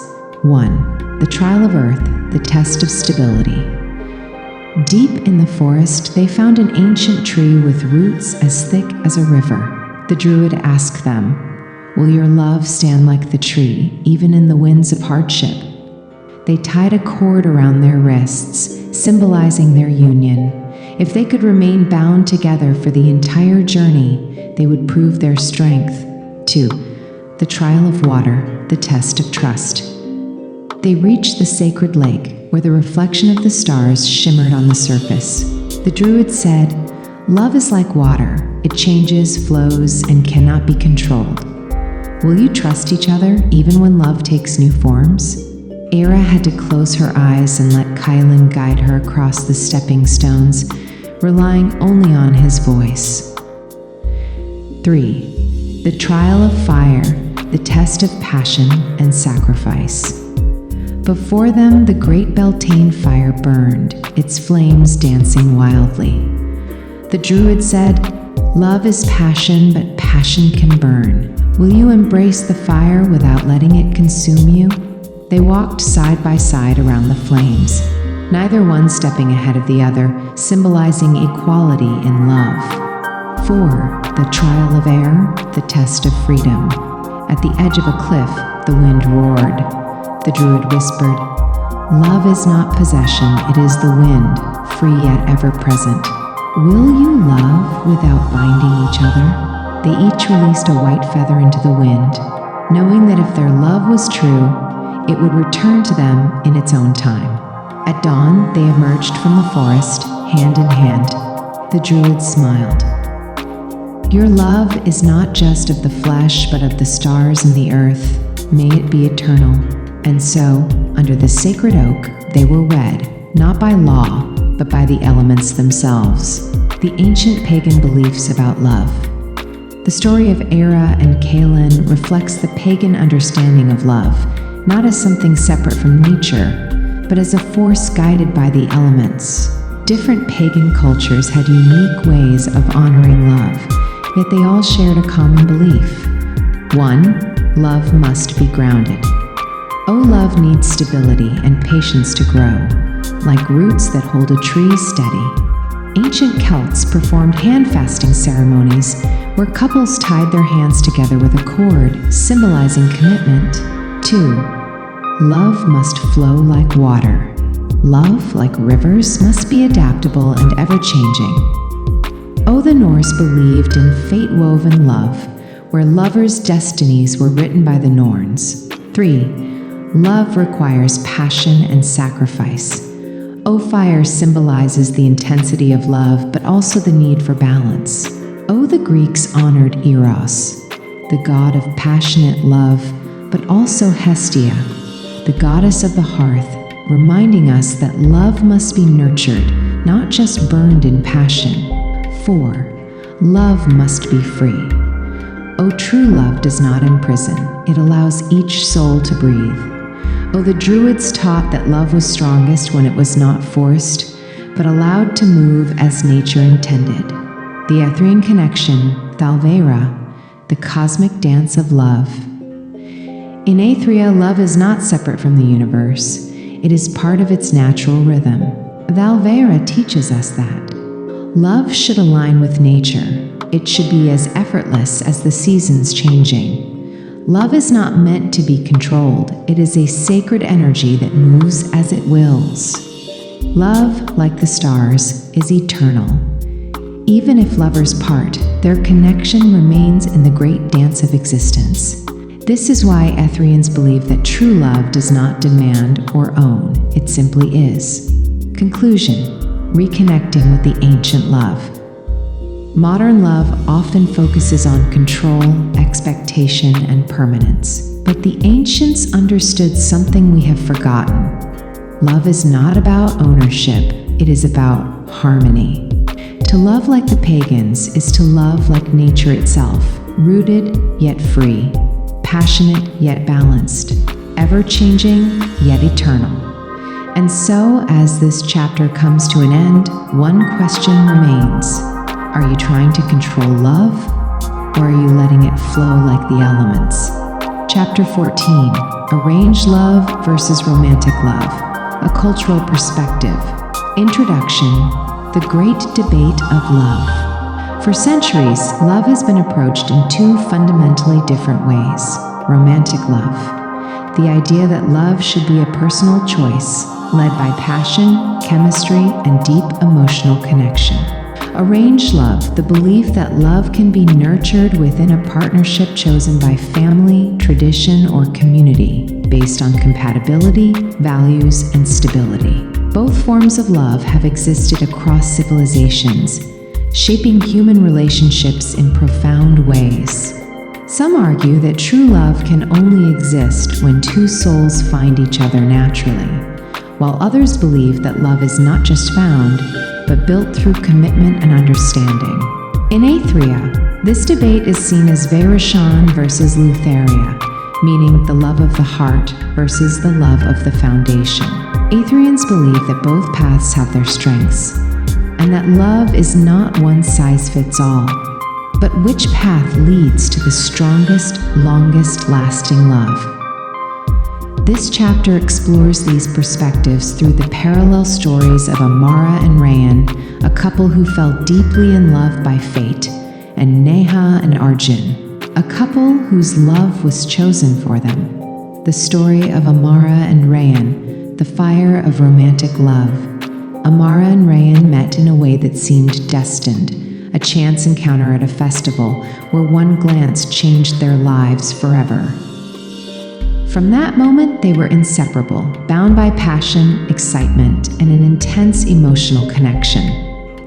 Their love was wild, untamed, and full of fire. They felt alive in each other's presence, as if the universe had written their story long before they were born. But over time, something changed. What had once been thrilling became unstable. Small misunderstandings turned into arguments, and expectations weighed heavy on their hearts.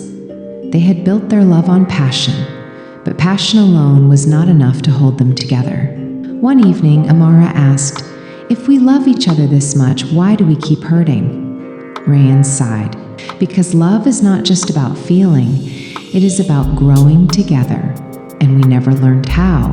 Their love had been a fire without a foundation, and though it burned brightly, it was difficult to sustain. The story of Neha and Arjun, the slow bloom of arranged love. Neha and Arjun's love began in a very different way. They did not choose each other, their families did. Their marriage was arranged based on compatibility, tradition, and shared values. At first, they felt awkward, almost like strangers bound by duty. There was no passion, no dramatic declarations of love, just a quiet commitment to making it work. They learned about each other slowly. Arjun discovered that Neha loved poetry. Neha noticed that Arjun always brought her tea before she woke up. Their love did not begin with fireworks, but it grew day by day through patience and care. One evening, as they sat under the stars, Neha whispered, "I never thought I could love someone I didn't choose." Arjun smiled. And yet, here we are. Their love was not a sudden fire. It was a steady flame, carefully built over time. Romantic love versus arranged love, a comparison. Both Amara and Rayan and Neha and Arjun experienced love in different ways. But which love is better? Arranged love starts with commitment, then grows. Stability, shared values, resilience, lack of initial chemistry takes time to build. Can feel forced if love doesn't develop. Lasts when mutual respect and effort are strong. Key insight: romantic love often starts with passion and must be strengthened through commitment. Arranged love starts with commitment and must be nurtured into passion. Both can lead to deep, fulfilling relationships if handled with care. The science of love, what research says. Psychologists have studied the outcomes of romantic love versus arranged love, and the findings may surprise you. 1. Passionate love fades, but commitment sustains love. Studies show that the intense passion of romantic love often declines after 12 to 18 months, but couples who commit to growing together experience deeper love over time. 2. Arranged marriages often lead to greater long-term satisfaction. Research in India and other cultures where arranged marriages are common found that love in arranged marriages tends to grow over time, while love in romantic marriages can decline if not maintained. 3. Romantic love requires emotional intelligence to last. When couples in romantic love develop better communication, trust, and emotional maturity, their love can become just as enduring as arranged love. Conclusion from science. Love is not about how it starts, it is about how it is nurtured. The Aethrian connection, Vairashon versus Lutheria, the two pillars of love. In Aethria, love is seen as having two aspects. 1. Vairashon, love that is driven by passion, destiny, and deep emotional connection. 2. Lutheria, love that is built through trust, commitment, and shared purpose. Neither is superior. The strongest love is one that contains both. Aethrians believe that true love is when Vairashon and Lutheria merge, when passion is supported by commitment. Love is both a feeling and a choice. Love evolves over time, not just in the first moments of attraction. This is why in Aethria, lovers often take time to build their love, allowing it to balance emotion and devotion. Conclusion: which love is right for you? The debate between romantic love and arranged love is not about which is better, it is about which love we are willing to commit to nurturing. Romantic love needs structure. If you fall in love by passion, you must build trust, patience, and effort to make it last. Arranged love needs emotion. If you enter love through commitment, you must cultivate warmth, intimacy, and deep connection over time. The truth is, love is not found, it is created. And so, as this chapter comes to an end, one question remains. Are you willing to build the love you desire? Chapter 15. Forbidden Love. Love against society's norms. Introduction. When love defies the world. Some love stories are celebrated, blessed, and embraced by society. Others are met with resistance, punishment, or even tragedy. Throughout history, forbidden love has been a powerful force, challenging cultures, defying laws, and sometimes changing the course of history itself. Why is love feared when it crosses certain boundaries? Love between people of different castes, races, or religions has often been condemned. Love that challenges gender roles or expectations has been seen as rebellion. Love that goes against tradition or duty is often considered betrayal. Yet, despite opposition, forbidden love has always existed, because love does not follow human rules. It follows something deeper, something timeless. In Aethria, this defiant love is known as Velmira, meaning the love that refuses to be caged. It is the love that fights for its right to exist, even when the world stands against it. This chapter explores forbidden love through 3 powerful stories, one from legend, one from history, and one from the modern world, each revealing the cost and courage of loving against society's will. The story of Layla and Majnun, the madness of love. In ancient Persia, there lived a poet named Qays, who fell deeply in love with Layla, a woman of noble birth. Their love was instant, intense, and undeniable. But her family forbade it. They believed Qays, though talented, was not worthy of Layla. To prevent scandal, they arranged for her to marry another man. Qays, heartbroken, wandered into the desert, writing poetry that would one day become legend. His sorrow consumed him. He became known as Majnun, meaning the mad one, because his love had driven him to madness. Layla, though married, never loved another. She died young, her heart still bound to Majnun. When he heard of her death, he collapsed at her grave and never rose again.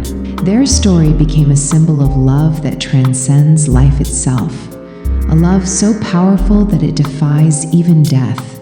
Lesson from Layla and Majnun. Forbidden love can be a love that is never fulfilled, yet it still holds immense power.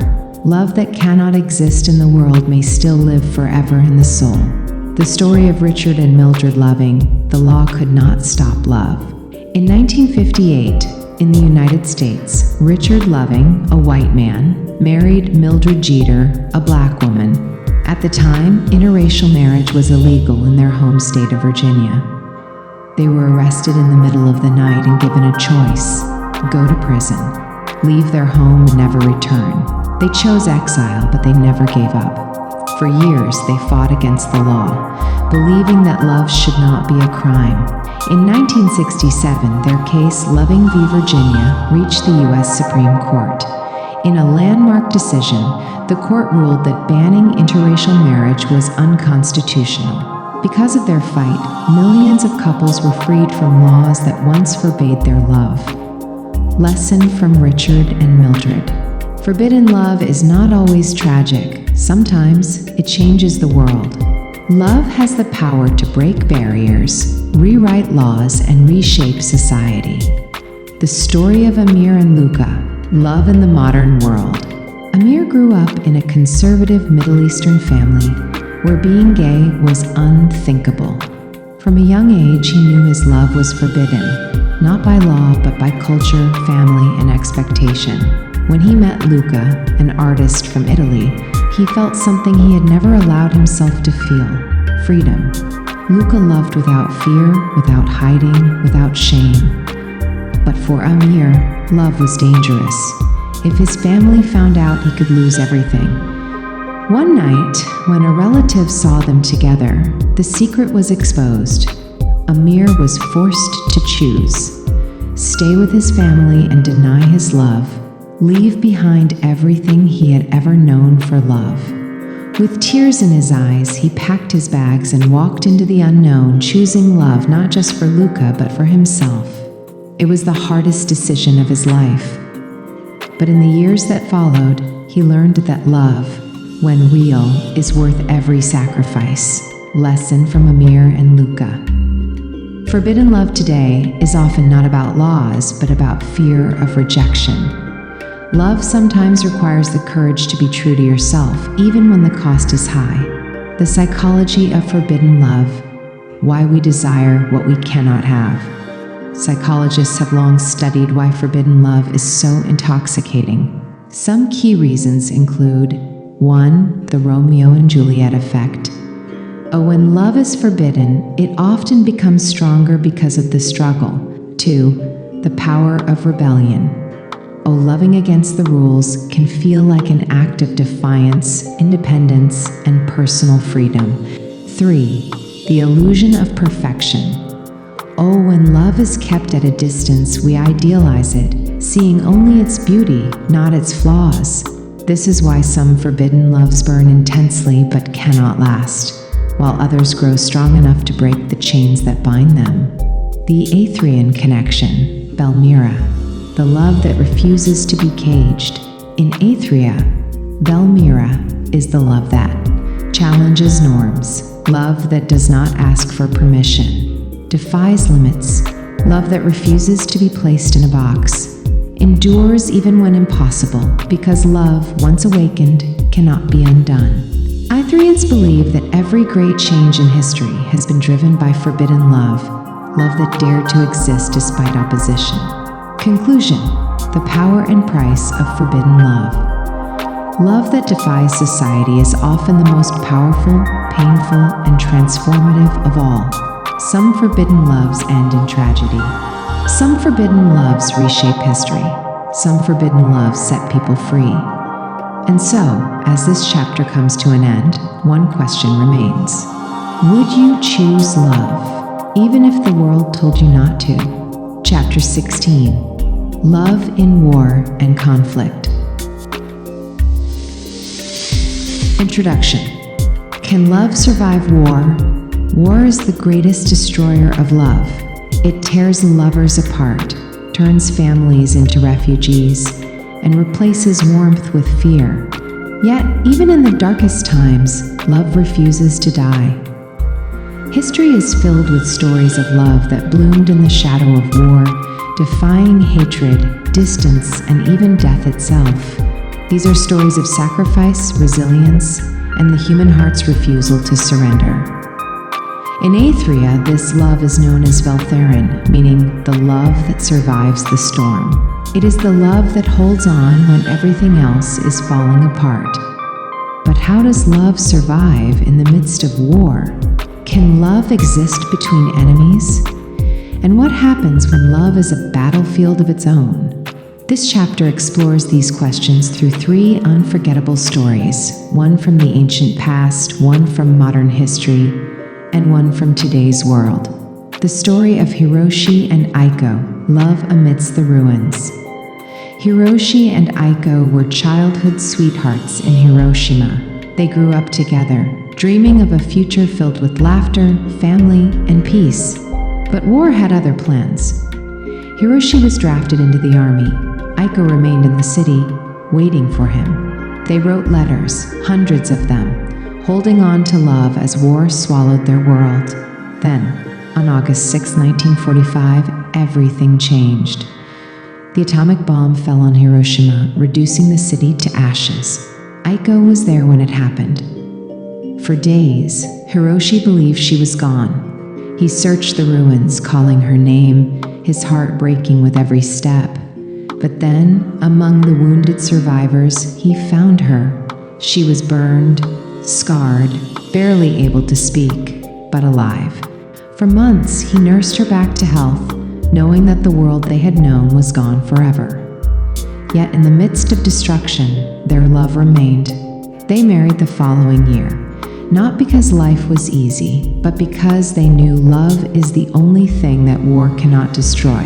Lesson from Hiroshi of Aiko. Love is not about perfect circumstances. It is about choosing to stay when everything else is lost. Even in the face of death, love can be the reason to keep going.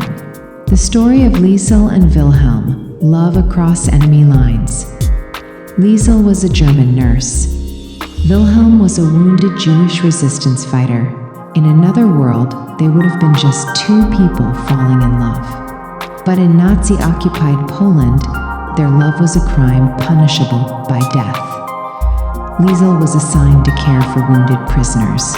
When she met Wilhelm, she saw not an enemy, but a man who had suffered beyond words. As she bandaged his wounds, she felt something dangerous: compassion, connection, love. Wilhelm, weak but defiant, told her, "You are risking your life for me." She whispered, "I know." Each night she smuggled him food, whispered stories of life before the war, and reminded him that love still existed in a world that had forgotten it. When the Nazis discovered her secret, she was given one choice: betray him or die with him. She refused to betray him. They were executed together.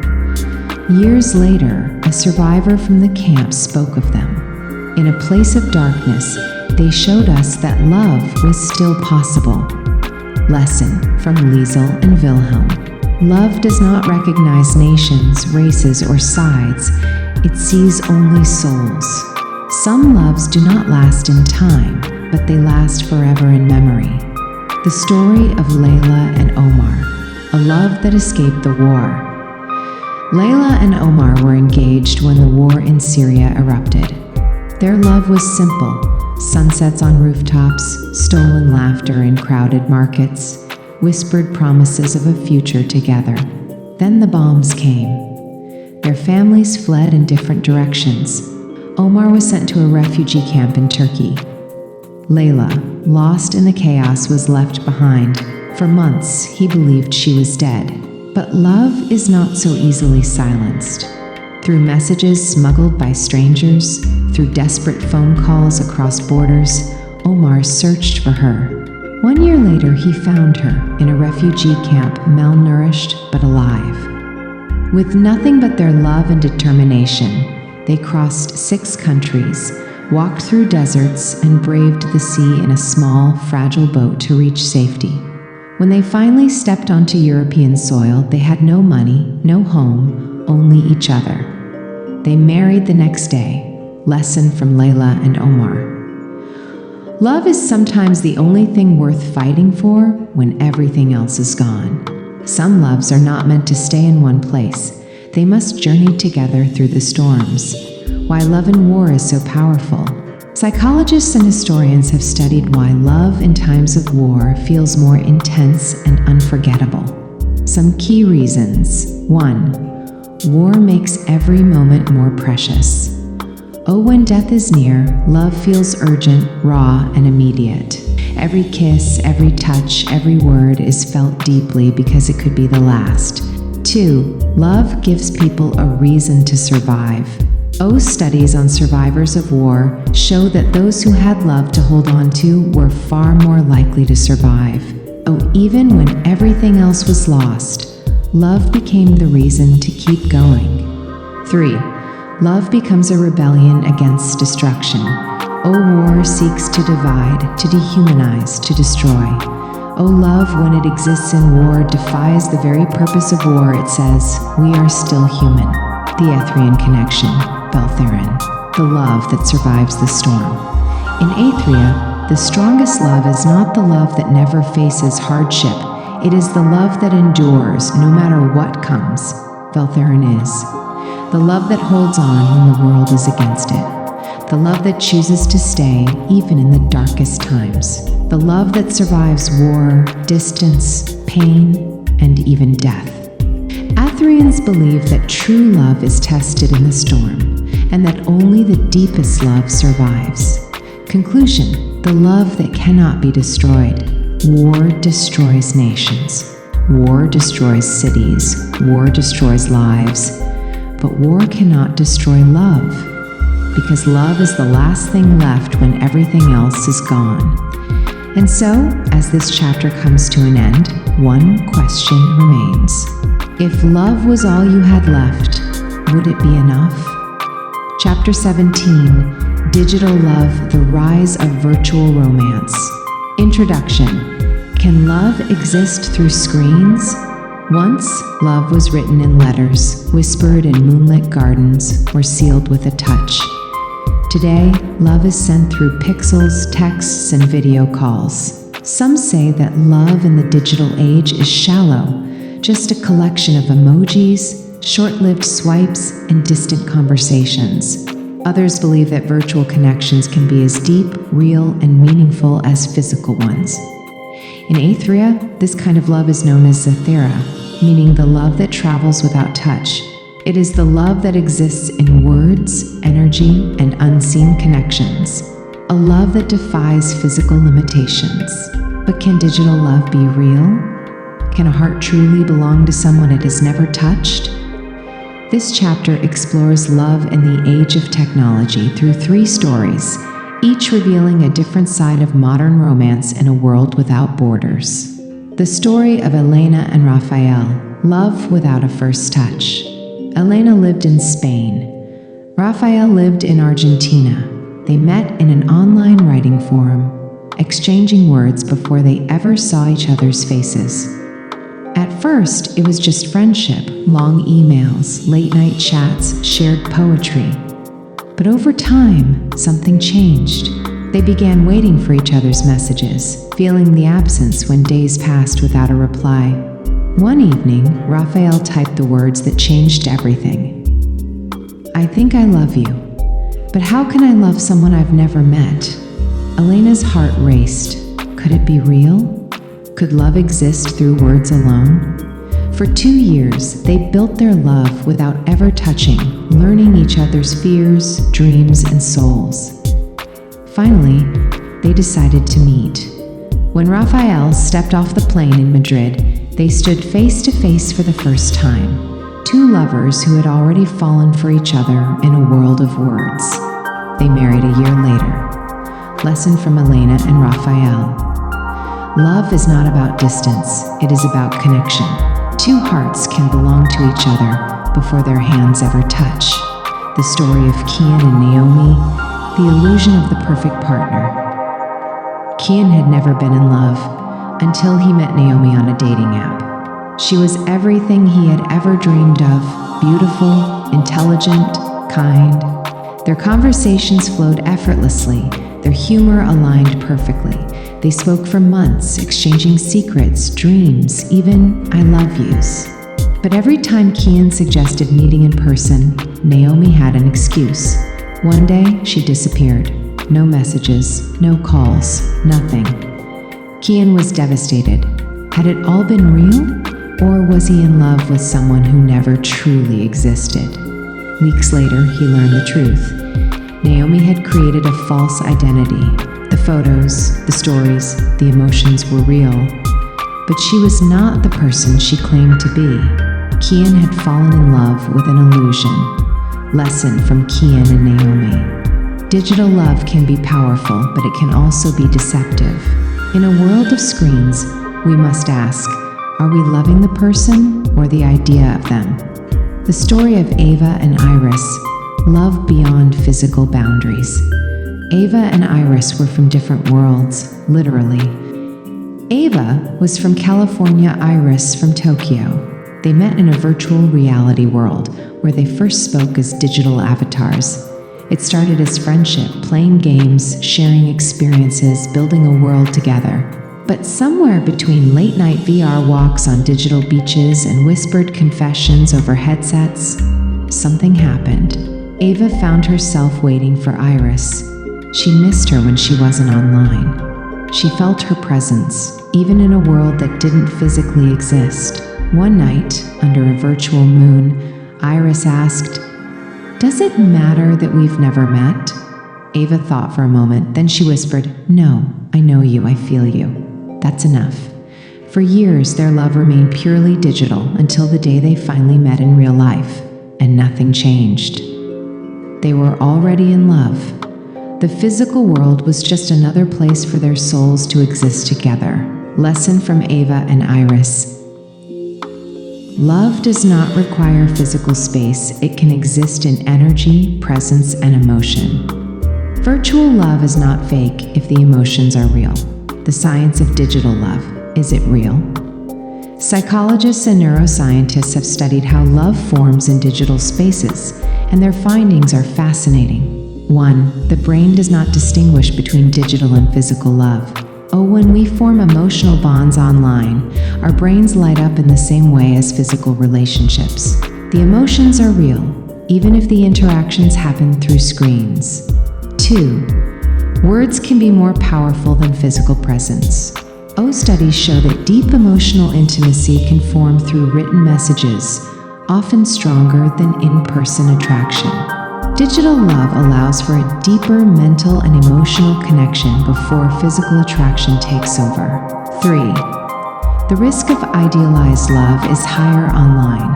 When we only see someone's best version, we can fall in love with a fantasy rather than a real person. This is why some digital loves thrive, while others fall apart when reality arrives. The Aethrian connection is Aethria, the love that travels without touch. In Aethria, Aethria is the belief that love does not need physical form to be real. Love exists in the unseen connection between two souls, the words that carry emotions across distance, the presence of another, even when their body is far away. Aethrians believe that love is not where you are, it is where your heart is drawn. Conclusion: the future of love in a digital world. Love has always adapted to time, technology, and distance. Some say digital love is not real. But was love real when written in letters centuries ago? Is love real when two souls connect before their bodies do? Is love measured by presence or by feeling? The truth is, love is evolving. And so, as this chapter comes to an end, one question remains. Would you trust love, even if you have never touched it? Chapter 18, Love Beyond Borders, Intercultural Love Stories. Introduction. When love crosses cultures. Love knows no borders, no languages, no traditions. Yet, when two people from different cultures fall in love, they often face challenges that love alone cannot always solve. Intercultural love is a dance of differences, where two worlds must learn to blend without losing their essence. Some couples thrive, creating a fusion of traditions, languages, and beliefs. Others struggle against the weight of family expectations, societal pressures, and misunderstandings. In Aethria, this kind of love is called Velshinira, meaning the love that builds a bridge between worlds.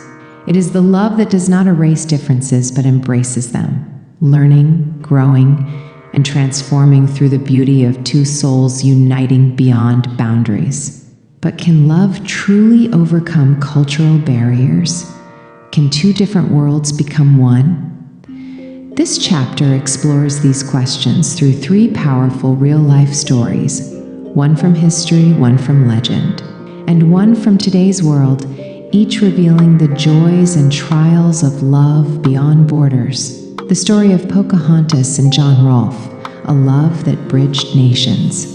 Pocahontas, a Native American princess of the Powhatan tribe, was never meant to fall in love with an English settler. John Rolfe was an Englishman who had come to the New World in search of opportunity, not love. But when their paths crossed, something changed. Their love was forbidden. They were from different worlds, different languages, different beliefs. Yet Pocahontas saw in John not an invader, but a man with whom she could build peace. Against all odds, they married, the first recorded interracial marriage in American history. Their love became a symbol of unity between cultures, a rare bridge in a time of war and distrust. But love alone could not erase the conflicts between their people. Pocahontas was taken to England, celebrated as an exotic princess, but far from her homeland. She fell ill and died young. John never remarried.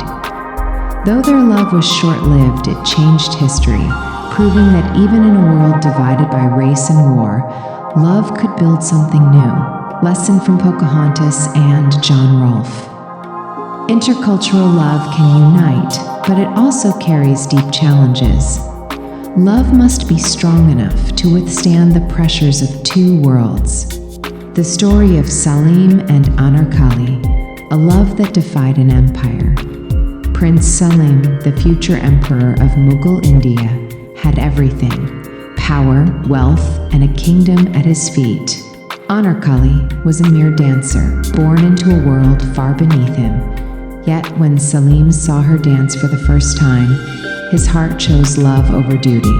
Anarkali was intelligent, beautiful, and full of grace, but she was not royal, and for the Mughal Empire, this was unacceptable.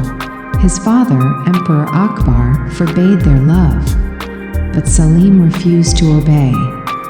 Legends say that the emperor had Anarkali buried alive to erase their love from history. Some believe she escaped. Others say she still lies beneath the walls of Lahore. Salim became Emperor Jahangir, but he never loved another the way he loved Anarkali. He built the tomb of Anarkali, a silent tribute to the woman he could not save. Lesson from Salim and Anarkali: Love cannot always defeat cultural and societal restrictions. Some loves are meant to exist in history, not in life. The story of Sophia and Amir, a modern love that had to fight for acceptance.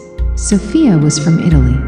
Amir was from Pakistan. They met in university, their love born in shared books, coffee shop conversations, and long walks under city lights. But their families did not approve. Sophia's parents worried, how will you understand each other's traditions? Amir's family warned, she is not like us. She will never truly belong. For years they struggled, not against their love, but against the expectations placed upon them. Would they follow their hearts or their family's wishes? Love is not always easy, but it is a choice, and they chose each other. Today, they are married, raising a child who speaks both Italian and Urdu, who celebrates both Eid and Christmas, who carries the stories of two cultures woven into one soul. They proved that love beyond borders is not about losing identity. It is about expanding it. Lesson from Sophia and Amir. Intercultural love requires patience, understanding, and strength. Love is not about choosing one culture over another. It is about creating something new together. The challenges of intercultural love. Can love overcome all? Intercultural relationships are beautiful, but they come with unique struggles. 1. Family expectations. Oh, many cultures have deep traditions surrounding marriage, making it difficult for families to accept outsiders. 2. Religious and cultural differences. Oh, practices, holidays, and beliefs can create conflicts if not respected and understood. 3. Language barriers. Oh, words shape love, and when two lovers speak different languages, misunderstandings can arise. 4. Where to live. Oh, choosing whose country to settle in can be a difficult decision. Yet despite these challenges, intercultural love is growing. Studies show that interracial and intercultural marriages are increasing worldwide. Children from multicultural families tend to be more adaptable, multilingual, and open-minded. This proves that love is expanding beyond borders, weaving a future where differences are celebrated, not feared. The Aethrian connection. Velshanira, the love that builds a bridge. In Aethria, Velshanira is the belief that love is a journey of learning where two people teach each other new ways of seeing the world, a balance of giving and receiving where neither person loses themselves but both grow, a sacred act of unity where love is not about erasing cultures but honoring them. Aethrians believe that the strongest love is one that is tested by differences, because in overcoming them, love proves its true depth. Conclusion: love as the ultimate language. Love beyond borders is not about one culture winning over another. It is about two souls creating something greater than themselves. Some intercultural loves reshape history. Some are broken by the weight of tradition, some become the foundation for a new generation, one that sees love, not borders. And so, as this chapter comes to an end, one question remains. Would you fight for love, even if it meant crossing worlds? Chapter 19, The Science of Soulmates. Are we meant for one person? Introduction, The Myth and Reality of Soulmates. From ancient myths to modern romance films, we have been told that somewhere in the world, there exists one perfect person destined just for us, our soulmate. But is this a beautiful truth or an illusion? Some believe that soulmates are written in the stars, a bond so deep that no force can break it. Others argue that love is not destiny but choice, that we create meaningful relationships through commitment, not fate. In Aethria, the concept of soulmates is called Aethrian Love, meaning the soul that mirrors your own. Aethrians believe that soulmates do exist, but they are not always romantic, nor are they always meant to stay forever. But what does science say? Is there evidence that certain people are meant to be together? This chapter explores the science, spirituality, and psychology of soulmates through three perspectives: mythology and religion. What ancient traditions tell us about soulmates. Psychology and neuroscience. What happens in the brain when we meet the one. The reality of love. Are we truly meant for just one person? Soulmates in myth and religion. A love that was divided. Many cultures have believed in the idea of two souls destined to find each other. The Greek myth, the missing half. Plato's Symposium tells the story of how humans were once whole beings with two faces, 4 arms, and 4 legs. But the gods, fearing their power, split them into halves, separating them across the world. Since then, each soul has longed for its other half, searching endlessly until they are reunited. The Hindu concept, Ardhanarishvara, the divine union. In Hinduism, Shiva and Parvati are seen as one being, Ardhanarishvara, the perfect balance of masculine and feminine energy. This symbolizes that true love is not about finding another person, but finding unity within oneself. The Kabbalistic belief, Zivug, the predestined partner. Jewish mysticism teaches that souls are created in pairs before birth. This is called Zivug, the idea that each person has a divine counterpart waiting for them. Across cultures, the idea remains the same. We are incomplete until we find the one. But is this a mystical truth or just a story? The science of soulmates. Is love written in our brains? Modern science has tried to answer the soulmate question through psychology and neuroscience. 1. Do we have just one perfect match? Research suggests that we are not meant for only one person. Thousands of people could be compatible with us based on personality, values, and chemistry. Love is not about finding the one. It is about choosing someone and growing together. 2. What happens in the brain when we fall in love? Studies using fMRI brain scans show that when we fall in love, the dopamine system is activated. The oxytocin hormone is released, making us feel attached. The prefrontal cortex actually shuts down, which is why love often feels like destiny our brain makes us believe it is. 3. Why do some people feel like soulmates? Psychologists suggest that soulmates feel special because of deep emotional and psychological connections. Attachment theory, we subconsciously seek partners who fulfill our deepest emotional needs. Mirror neurons, when we deeply connect with someone, our brain mirrors their emotions, making us feel completely in sync. Shared experiences, the more we share meaningful experiences, the stronger our bond becomes, making love feel fated. So, while science does not prove one destined soulmate, it does show that deep love creates the illusion of fate. The reality of love, are we meant for just one person? If we only had one soulmate then? What happens to those who lose their partners? Why do some people find deep love more than once? Why do arranged marriages, where people are not destined, often result in lifelong love? The truth is, 1. We can have more than one deep connection. Love is not about finding just one person. It is about being open to love wherever it appears. 2. Soulmates are not always romantic.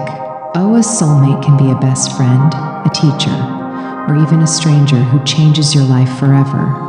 3. Love is not just destiny, but effort. Oh, soulmates do not just happen. They are built through time, trust, and shared experience. The Aethrian connection, Thyron the mirror of the soul. In Aethria, Thyron is the belief that soulmates exist, but they are not always permanent. Some soulmates are meant to stay forever. Others are meant to teach us something and then leave. The greatest soulmate we will ever find is ourselves. Aethrians believe that love is not about waiting for fate. It is about becoming the kind of person who attracts deep, meaningful connections. Conclusion: the truth about soulmates. Do soulmates exist? Yes, but not in the way we think. Love is not about finding one perfect person. Love is about choosing someone, every day, and making them the one. Some soulmates stay forever, others arrive only to teach us lessons. And so, as this chapter comes to an end, one question remains. Are you searching for a soulmate? Or are you creating a love that lasts? Chapter 20. Love and Destiny. Do the stars decide our love? Introduction. Is love written in the stars? Since the dawn of civilization, humans have looked to the stars to understand their fate, including their love lives. Astrology suggests that our birth charts can reveal who we are destined to love, how we express affection, and what kind of partner will fulfill us. But is this true? Can zodiac signs predict who we will fall in love with? Do planetary positions shape our romantic destiny? Or is love a choice, independent of cosmic influence? In Aethria, the belief in celestial love is called Aethrian Love, meaning the alignment of souls through the dance of the cosmos. Aethrians do not see astrology as fixed fate, but as a guide to understanding energies, patterns, and connections. But what does science say? Are the stars really in control of our hearts? This chapter explores the ancient wisdom, modern psychology, and Aethrian insights into the connection between love and destiny. The astrological perspective, love in the zodiac. Astrology suggests that our personalities, emotions, and love styles are influenced by the positions of the planets at the time of our birth. Each person's sun sign, moon sign, and Venus sign play a role in how they give and receive love. 1. Sun signs, the core of who we are. Your sun sign represents your ego, identity, and basic nature in love. 2. Moon signs, the emotional heart. The moon sign represents our deepest emotional needs in love. A Cancer moon needs security and care. A Sagittarius moon seeks freedom and adventure. A Scorpio moon craves intense emotional depth. 3. Venus signs, the way we express love. The planet Venus rules love, romance, and attraction. Venus in Taurus loves deeply and steadily. Venus in Libra is charming and seeks harmony. Venus in Aries falls fast and loves fiercely. These placements shape how we connect, attract, and bond with others. Fated love, the myth of zodiac compatibility. Many people believe that certain zodiac signs are naturally compatible, but is this true? For example, Leo and Sagittarius, a passionate fire match. Taurus and Capricorn, a grounded, practical love. Gemini and Aquarius, a fun, intellectual connection. However, studies show that zodiac sign compatibility is not scientifically proven. Love is not just about signs, it's about values, upbringing, emotional intelligence, and effort. Many incompatible couples have lifelong love because they understand and grow together. Love is not written in the stars, it is written in the choices we make. The science of love and destiny. Do we attract certain people? Psychologists and neuroscientists have studied why we fall for certain types of people, and their findings suggest that 1. We are drawn to what feels familiar. We unconsciously seek partners who reflect qualities of our early caregivers. 2. Love is shaped by our subconscious mind. Our past experiences create patterns of attraction that make us fall for certain personalities. 3. The law of attraction. Do we manifest love? Studies suggest that our thoughts and beliefs about love influence who we attract, meaning that love is more about energy than fate. This aligns with Aethrian beliefs that love is not about finding the one, but about aligning ourselves with the love we are ready for. The Aethrian connection, Aethrian Love, the dance of celestial love.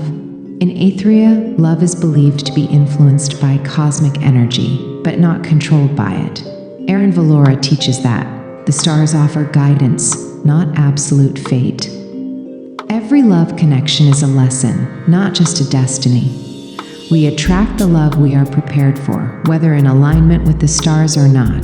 Aethrians believe that love is like the orbits of planets. Some move together in harmony, while others cross paths briefly before moving apart.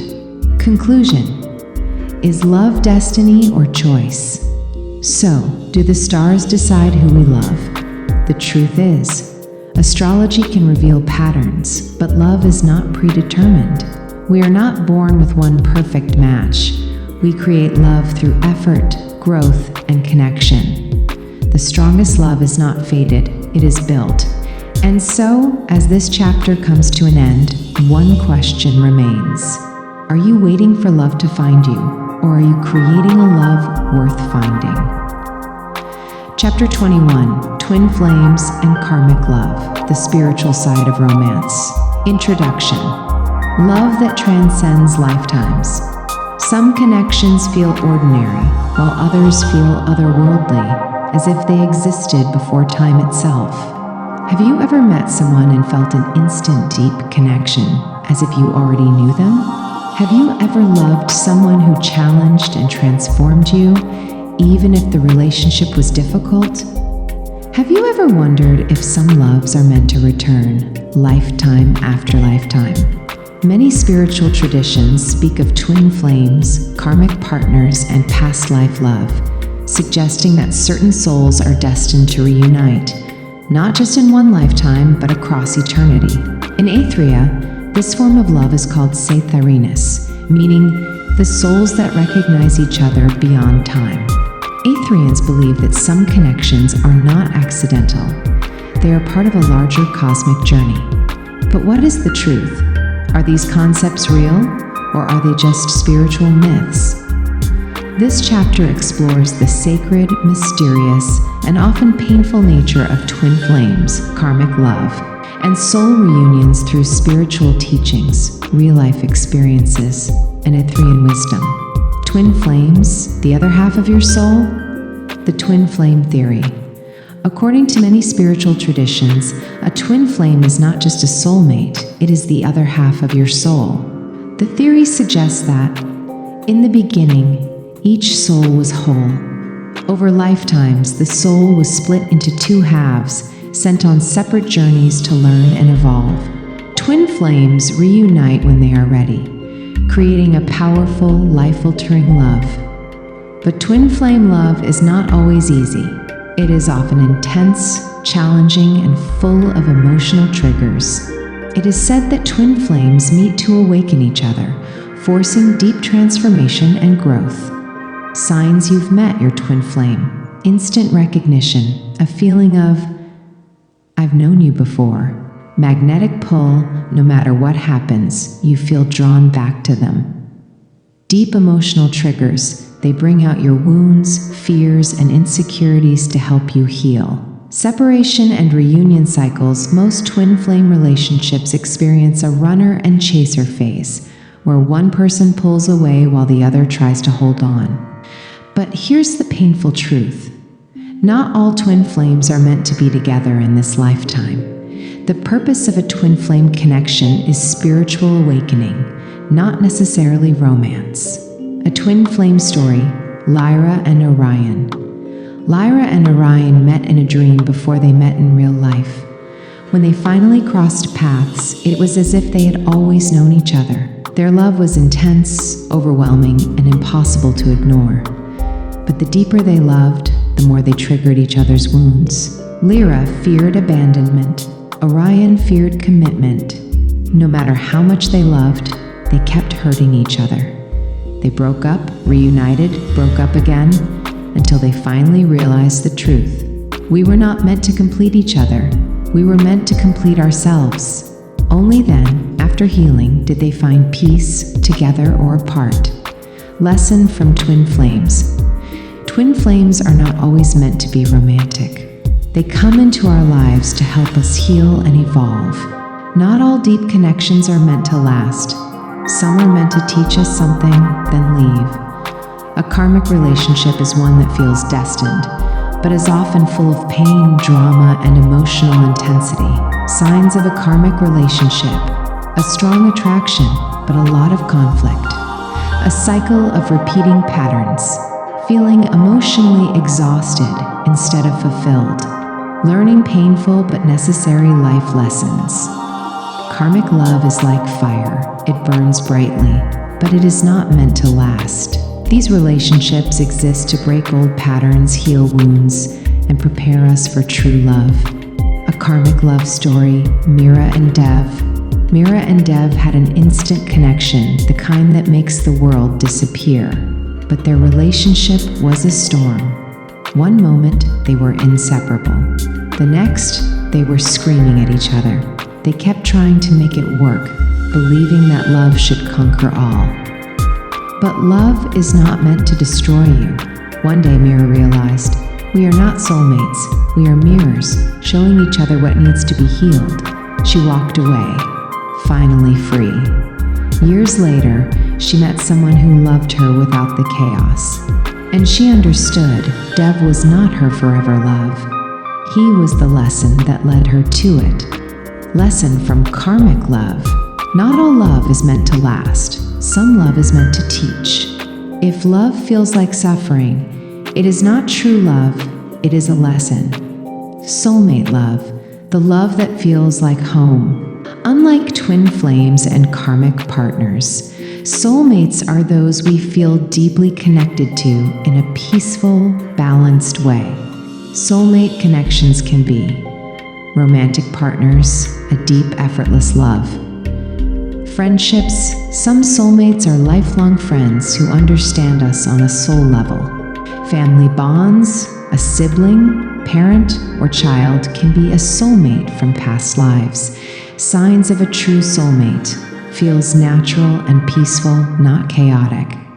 You grow together instead of triggering pain. You feel accepted for who you truly are. Unlike twin flames, a soulmate relationship is not about intense lessons. It is about love that feels like home. The Aethrian connection, Aethrians, the souls that recognize each other.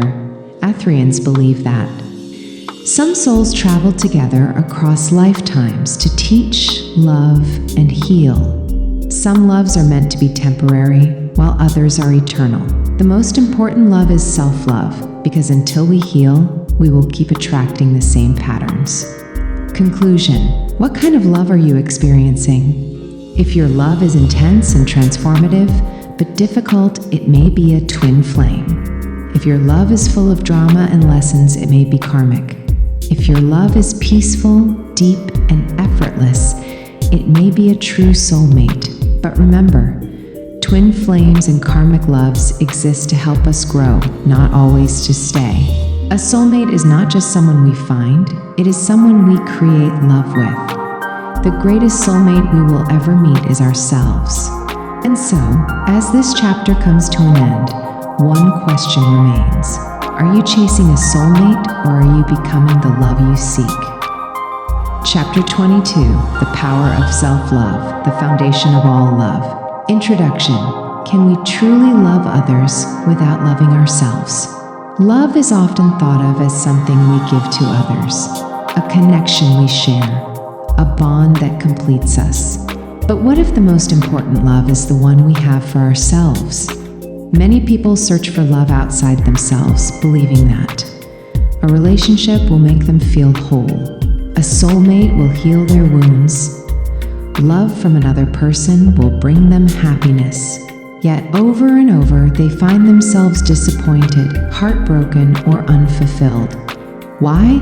Because the love we seek from others is often the love we must first give to ourselves. In Aethria, this form of love is called Velashira, meaning the love that begins within and flows outward. Aethrians believe that self-love is not selfish. It is the foundation of all love. But how do we truly love ourselves? And how does self-love transform our relationships with others? This chapter explores why self-love is the key to healthy relationships, happiness, and emotional freedom, and how it shapes the love we receive from the world. The illusion of finding love to feel complete. The story of Aethrian, the man who searched for love everywhere but found it within. Aethrian had spent his life searching for love. Every relationship began beautifully, passionate, exciting, full of promises. But over time, the same patterns repeated. He became clingy, afraid of losing his partner. He felt jealous, insecure, never truly at peace. He sought constant reassurance that he was loved. And when the relationships ended, he felt empty, lost, and broken. One day, an elder told him, "You keep searching for love outside of you, but the love you need is already within you." Aethrian didn't understand until he finally spent time alone, learning to love himself. For the first time, he realized he did not need someone else to make him feel worthy. He could be happy on his own.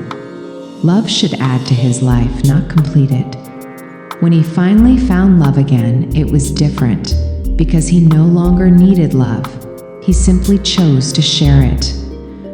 Lesson from Aethrian: if we rely on others to feel loved, we will always feel incomplete. True love is not about finding someone to fill our emptiness. It is about sharing our wholeness. The psychology of self-love. Why it changes everything. Psychologists have studied the link between self-love and relationships, and the findings are clear. 1. Self-love determines the love we accept. People with low self-worth accept unhealthy relationships because they don't believe they deserve better. People with high self-worth set boundaries and attract healthier love. 2. We teach others how to treat us. If we treat ourselves with kindness and respect, others do the same. If we neglect or criticize ourselves, we invite relationships that reflect this. 3. Self-love leads to emotional independence. When we love ourselves, we no longer depend on others for happiness. Love becomes a choice, not a need. The myths of self-love, what it is. Many people misunderstand self-love, thinking it means being selfish, ignoring others, thinking you are better than others. But true self-love is about respecting yourself and setting boundaries, taking care of your emotional, mental, and physical well-being, knowing your worth even when no one else does. Self-love versus narcissism. Self-love is about balance, inner peace, and kindness toward yourself and others. Narcissism is about seeking validation, control, and putting oneself above others. Self-love makes love stronger. It does not take away from it. The Aethrian connection, Velashira, love that flows from within. Aethrians believe that we can only love others as deeply as we love ourselves. Velashira teaches that love is not something to search for. It is something to cultivate within. The more love we have for ourselves, the more love we radiate outward. Love should come from abundance, not from lack. Aethrians practice self-love by daily rituals of self-care, speaking kindly to themselves, honoring their own emotions, needs, and dreams. Because when we love ourselves, love flows effortlessly into every relationship. How to cultivate self-love, practical steps. Loving yourself is not just a feeling, it is a practice. Here are ways to build self-love every day. 1. Speak to yourself like someone you love. Replace self-criticism with self-kindness. Example, instead of, "I'm not good enough," say, "I am doing my best and that is enough." 2. Set healthy boundaries. Do not allow others to disrespect, manipulate, or drain you. Love should never come at the cost of your own well-being. 3. Give yourself the love you want from others. If you crave romance, treat yourself with love and care. If you want kindness, be kind to yourself first. 4. Spend time alone without feeling lonely. Being alone is not emptiness, it is self-discovery. The more comfortable you are with yourself, the more fulfilling your relationships will be. 5. Forgive yourself. We all make mistakes. Love yourself despite them. Self-forgiveness is the highest form of self-love. Conclusion. Self-love is the first love. We spend so much time searching for the perfect relationship, but the most important relationship we will ever have is the one with ourselves. Because when we truly love ourselves, we stop settling for less than we deserve. We attract love that reflects our worth. We give love without fear, because we know we are already enough. And so, as this chapter comes to an end, one question remains. Are you waiting for someone to love you, or are you becoming the love you seek? Chapter 23, Love and Healing. Can love heal emotional wounds? Introduction, the healing power of love. Pain, heartbreak, and trauma can leave deep wounds on the heart. Many people wonder, can love heal the scars of the past? Can the right relationship erase pain, loneliness, or fear? Or is healing something we must do on our own before we can truly love again? Love has long been associated with healing, both in spiritual traditions and modern psychology. Some believe that love can mend even the deepest wounds, while others argue that true healing must come from within, not from another person. In Aethria, this sacred form of love is called veltheralis, meaning the love that restores the soul. Aethrians believe that love is a powerful medicine, but only when it is given with purity and received with openness. This chapter explores how love, both self-love and love from others, can heal past wounds and the difference between healthy healing love and love that becomes a crutch. The two types of healing through love. There are two ways love can bring healing. 1. Healing through self-love. This is when we heal ourselves first, without relying on another person. It means facing our wounds, processing pain, and learning to love ourselves fully. 2. Healing through relationships. This is when a healthy, loving relationship helps us overcome past wounds. It means experiencing trust, care, and emotional safety, which allows healing to happen naturally. The key is balance. Love can help heal, but it cannot be a substitute for inner healing. The story of Maya, healing through self-love. Maya had always searched for love, believing that it would erase the pain of her past. As a child, she never felt truly seen. As an adult, she entered relationships hoping to feel whole, but every time she was left feeling emptier than before. One day, after yet another heartbreak, she asked herself, "Why do I keep searching for someone to heal me when the healing must come from me?" So she stopped searching. She faced her past instead of running from it. She learned to be kind to herself instead of waiting for someone else to be kind to her. She realized that love is not something to chase, it is something to create from within. By the time she met someone who truly loved her, she was already whole. She didn't need them to heal her because she had already healed herself.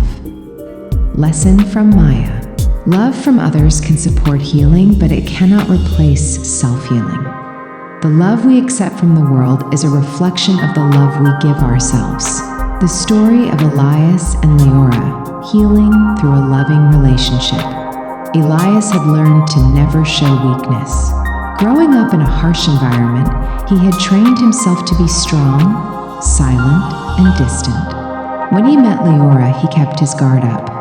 He believed that love was a weakness, that if he let someone in, he would get hurt. But Leora was different. She did not try to fix him. She did not rush him to heal. She simply loved him without conditions. For the first time, Elias felt safe enough to open up, and in that safety, healing began. He realized that love did not make him weak, it gave him strength. Lesson from Elias and Leora. Love cannot heal someone who is not ready to heal, but love can create a space where healing becomes possible. The psychology of healing through love. Modern psychology supports the idea that love can help with healing, but only in the right conditions. How love can heal emotional wounds. 1. Emotional safety love provides a secure space where we feel accepted. 2. Positive reprogramming. Experiencing healthy love can replace negative past patterns. 3. Support and connection. Love offers reducing feelings of isolation when love cannot heal. If we depend on love to fix us, we create unhealthy relationships. If we have unhealed trauma, we might attract partners who reflect our wounds instead of healing them. Healing must be a personal journey first. Love can help, but it cannot do the work for us. The Aethrian connection, Valtheralis, love as a restorative force. In Aethria, love is not seen as a cure, but as a mirror. Valtheralis teaches that love reveals the wounds we must heal. True healing begins when we stop seeking love to fix us and start using love to grow. Love is not just romantic. It is the love of friends, family, and even strangers that helps us heal. Aethrians believe that the greatest healing comes not from being loved, but from learning to love ourselves and others. How to use love for healing. 1. Heal yourself first. Love should support healing, not be the reason for it. Work on self-awareness, therapy, or meditation before seeking love to fix emotional pain. 2. Find love that feels safe. Choose relationships that nurture and uplift you, not ones that trigger past wounds. Love should feel like home, not a battlefield. 3. Learn to give love freely. Love does not only come from romantic partners. The more love we give to friends, family, and even ourselves, the more healing we receive. 4. Let go of the idea that love erases the past. The past may always be a part of us, but love helps us create a future that is bigger than our pain. Conclusion: love is medicine, not a cure. Love can heal, but it is not a magic fix. If we depend on love to fix us, we will always feel incomplete. If we love ourselves first, love from others becomes a gift, not a necessity. True love does not erase wounds. It teaches us that we are more than our pain. And so, as this chapter comes to an end, one question remains. Are you seeking love to heal you, or are you healing so you can truly love? Chapter 24. Love and Forgiveness, the Power of Letting Go. Introduction. Can love survive without forgiveness? Every relationship, no matter how strong, faces pain. Someone forgets a promise. Someone says words that cannot be taken back. Someone betrays trust. In those moments, love stands at a crossroads. Hold on to the pain or choose to forgive. Some believe that forgiveness is essential to love, that love cannot last without it. Others argue that some wounds cannot be healed, and that walking away is sometimes necessary. In Aethria, forgiveness and love is called Velshoneri, meaning the love that releases burdens. Aethrians believe that forgiveness is not about forgetting, it is about freeing the heart from the chains of the past. But what does it truly mean to forgive and love? Does forgiveness mean accepting everything? Can love survive betrayal? And how do we forgive, even when it feels impossible? This chapter explores the power, limits, and purpose of forgiveness and love, using spiritual wisdom, psychology, and real-life stories. The two types of forgiveness in love. 1. Forgiving and staying. Oh, when love is worth healing, forgiveness allows relationships to move forward with trust and understanding. 2. Forgiving and letting go. Sometimes forgiveness is about finding peace within ourselves, even when the relationship cannot continue. Forgiveness does not always mean reconciliation. It means choosing peace over pain. The story of Leora and Darius, the forgiveness that saved love. Leora and Darius had been together for years, deeply in love. But one night, Darius made a mistake. Not one that broke the relationship, but one that broke Leora's trust. She felt hurt, betrayed, unsure if she could ever trust him again. Darius apologized, but words were not enough. For months, Leora held on to the pain, replaying the moment over and over. One day, her mentor told her, "Holding on to pain does not protect you. It only keeps the wound open." She realized that she had a choice: stay angry and let the relationship die, or forgive and allow love to heal. So she forgave, not instantly, not easily, but through time, honesty, and commitment to rebuilding trust. And love survived. Lesson from Leora and Darius. Forgiveness does not erase the past, but it allows love to have a future. Trust, once broken, can be rebuilt, but only if both partners are willing. The story of Camille and Ezra, the forgiveness that set her free. Camille loved Ezra deeply, but Ezra was not ready for love. He was inconsistent, distant, and unable to commit. She gave him chance after chance, believing he would change, but every time he let her down. Finally, she realized love should not feel like begging. She knew she had to let go. But letting go did not mean hating him, resenting him, or carrying pain. One day, she wrote a letter, not for him, but for herself. I forgive you, not because you deserve it, but because I deserve peace. And in that moment, she set herself free. Lesson from Camille and Ezra. Forgiveness is not for the other person. It is for yourself. Some love is meant to be released, not repaired. The psychology of forgiveness, why it heals. Studies on forgiveness in relationships show that 1. Forgiveness lowers stress and anxiety. Holding on to resentment creates emotional pain and stress. 2. Forgiveness increases relationship longevity. Couples who forgive and communicate are more likely to stay together long term. 3. Forgiveness does not mean accepting toxic behavior. Healthy forgiveness includes setting boundaries and knowing when to walk away. Forgiveness is not weakness. It is the ultimate act of emotional strength. The Aethrian connection, Velshinari, releasing the burden of pain in Aethria. Love is not just about passion, it is about lightness. Velshinari teaches that love should not feel like carrying a heavy burden. Love must have space to breathe, heal, and renew itself. Forgiveness is not about ignoring the past. It is about choosing what is worth carrying forward. Aethrians practice forgiveness through letting go of resentment before it poisons love, choosing inner peace over holding on to pain. Because true love does not hold on to wounds, it transforms them into wisdom. How to forgive and love. Forgiveness is a choice and a process. Here's how to begin. 1. Ask yourself, is this love worth saving? If the relationship is healthy but hurt, it may be worth repairing. If the relationship is toxic or one-sided, forgiveness may mean letting go. 2. Communicate honestly. Express how you feel without blame or anger. Listen to the other person's truth. 3. Release the need for revenge or punishment. Holding on to pain does not heal it. Forgiveness does not mean forgetting.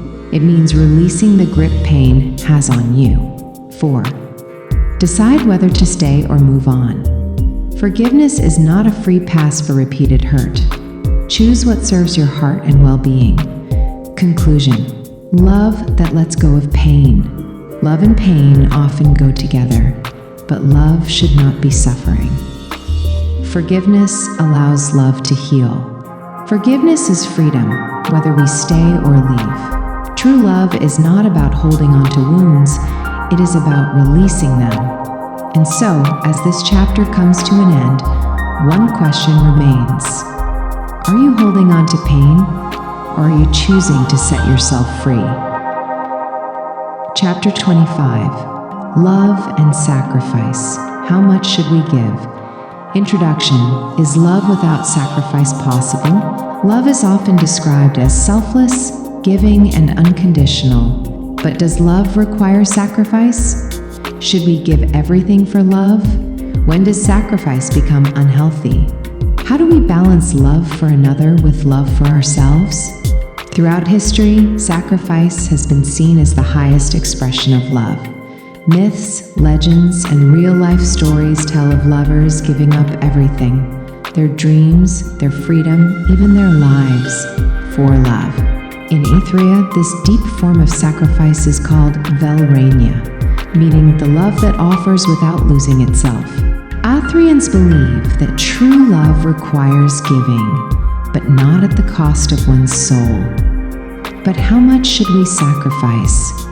When does love nourish us, and when does it consume us? This chapter explores the beauty and limits of sacrifice and love through mythology, psychology, and real-life stories. The two types of sacrifice in love. 1. Healthy sacrifice, compromising for the relationship without losing oneself. Supporting a partner's dreams while also pursuing one's own. Giving time, energy, and effort to nurture love. This type of sacrifice leads to a stronger bond. 2. Unhealthy sacrifice, giving up your identity, dreams, or happiness to please another, enduring pain or mistreatment in the name of love, losing yourself while trying to hold on to someone else. This type of sacrifice leads to resentment, exhaustion, and loss of self-worth. Not all sacrifice is noble. Some slowly erases who we are. The story of Sati and Shiva, a sacrifice born of devotion. In Hindu mythology, Sati, the goddess of devotion, loved Shiva, the god of destruction, with a love so pure that she defied the world to be with him. Her father, King Daksha, despised Shiva and forbade their union, but Sati chose love over family and married Shiva against her father's will. One day, when Daksha humiliated Shiva, Sati could not bear the insult. She sacrificed herself in fire, proving her love through death. Shiva, in his grief, carried her body across the universe, refusing to let go. Only after Sati was reborn as Parvati could their love continue, this time with balance, not sacrifice. Lesson from Sati and Shiva. Sacrifice without balance leads to destruction. Love should never demand one's existence as proof of devotion. The story of Anna and Victor, a modern love that required sacrifice. Anna was an artist. Victor was a scientist. They fell in love, but their dreams led them in different directions. Anna wanted to move to Europe for her career, while Victor was dedicated to his research in the US. Instead of forcing one to give up their dream, they made a pact. Anna would pursue her art in Europe, but they would visit often. Victor would take time off from his research to spend months with her. They sacrificed convenience, not themselves, and love survived. Lesson from Anna and Victor. Love requires compromise, but it should not demand the death of dreams. The right love finds a way to honor both people's paths. The psychology of sacrifice and love. When is it too much?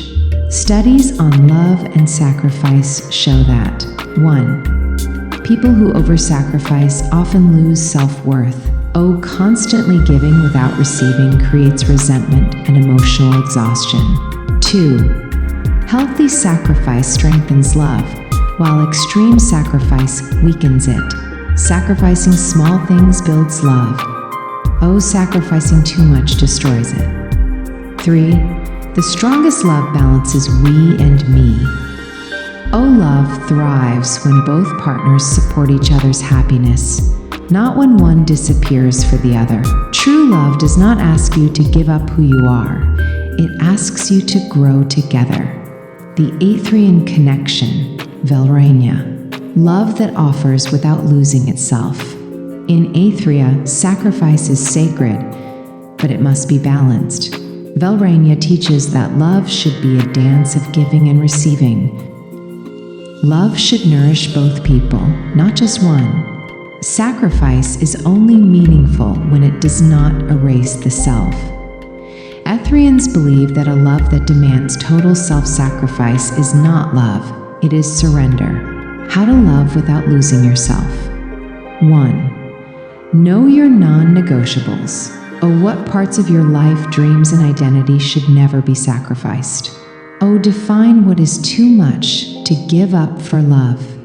2. Ask, Is this sacrifice bringing us closer or just hurting me? Oh, some sacrifices strengthen love, others drain it. 3.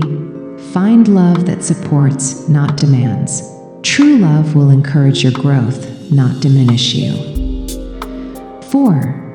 Learn the difference between compromise and self-betrayal. Compromise equal to meeting halfway. Oh, self-betrayal equal to giving up who you are to keep someone else happy. Conclusion: love that gives, but does not consume. Love is about sharing, growing, and sometimes sacrificing, but it should never ask you to lose yourself completely. The right love strengthens you, not weakens you. The right love asks for partnership, not personal extinction. The strongest love finds balance between giving and keeping. And so, as this chapter comes to an end, one question remains. Are you sacrificing in love, or are you disappearing in love? Chapter 26, Eternal Love. Does love last forever? Introduction. Can love truly be eternal?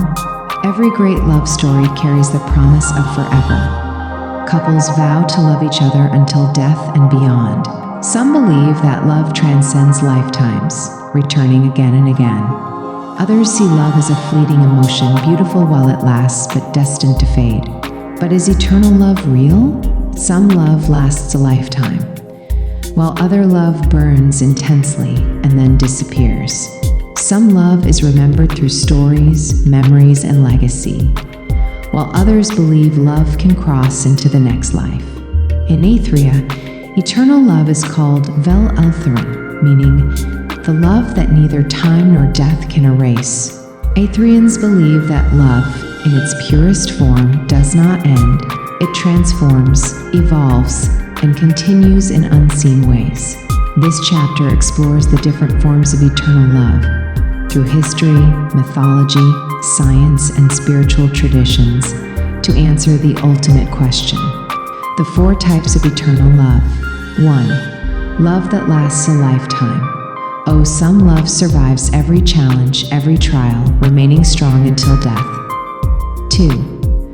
Love that returns across lifetimes. Some believe that certain souls find each other again and again, lifetime after lifetime.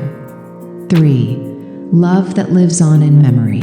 Oh, some love never fades because it is passed down in stories, songs, and history. 4. Love that exists beyond death.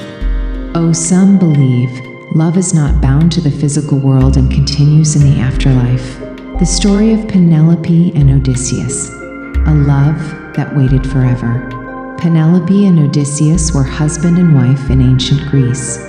But when Odysseus was sent to fight in the Trojan War, he was gone for 20 years. Everyone told Penelope to move on. They told her he was dead, that she should remarry. But she refused. She believed in their love and she waited.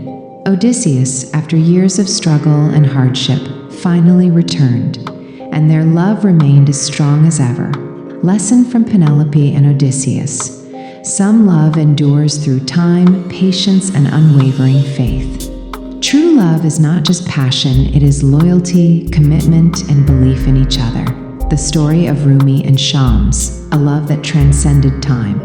Rumi, the great Persian poet, met Shams of Tabriz, a wandering mystic, and their souls instantly recognized each other.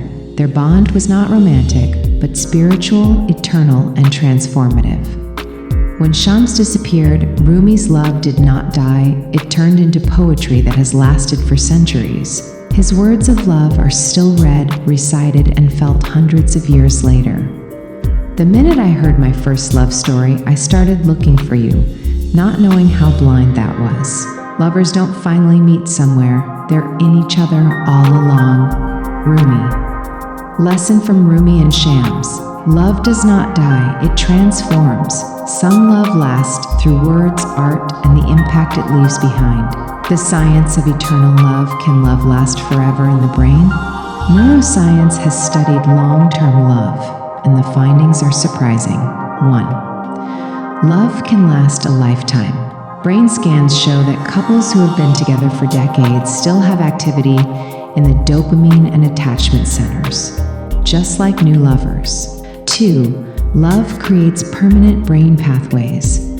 When we deeply love someone, they become a part of our neural wiring, which is why we still feel their presence even after they are gone. 3. Memories of love stay stronger than other emotions. Love is processed in the limbic system, the same place that stores deep emotional memories, which is why love does not fade like other emotions. Science confirms what poets and philosophers have said for centuries. Love leaves a permanent imprint on the soul and mind.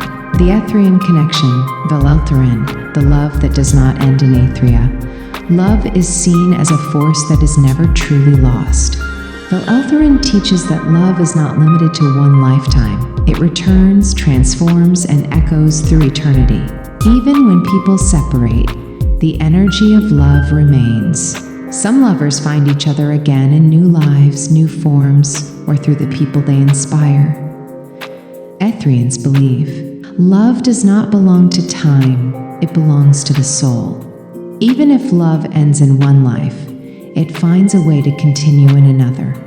Love is the only thing we take with us beyond death. Can love continue beyond death? Many spiritual traditions believe that love does not die when the body does.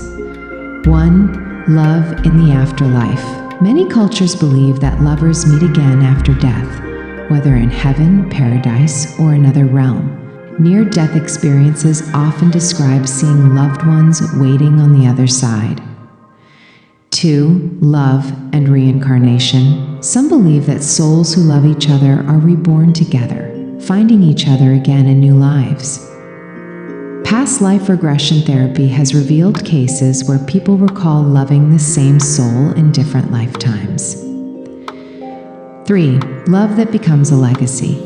Even when lovers part, their love lives on in the people they touched, the children they raised, and the stories they left behind.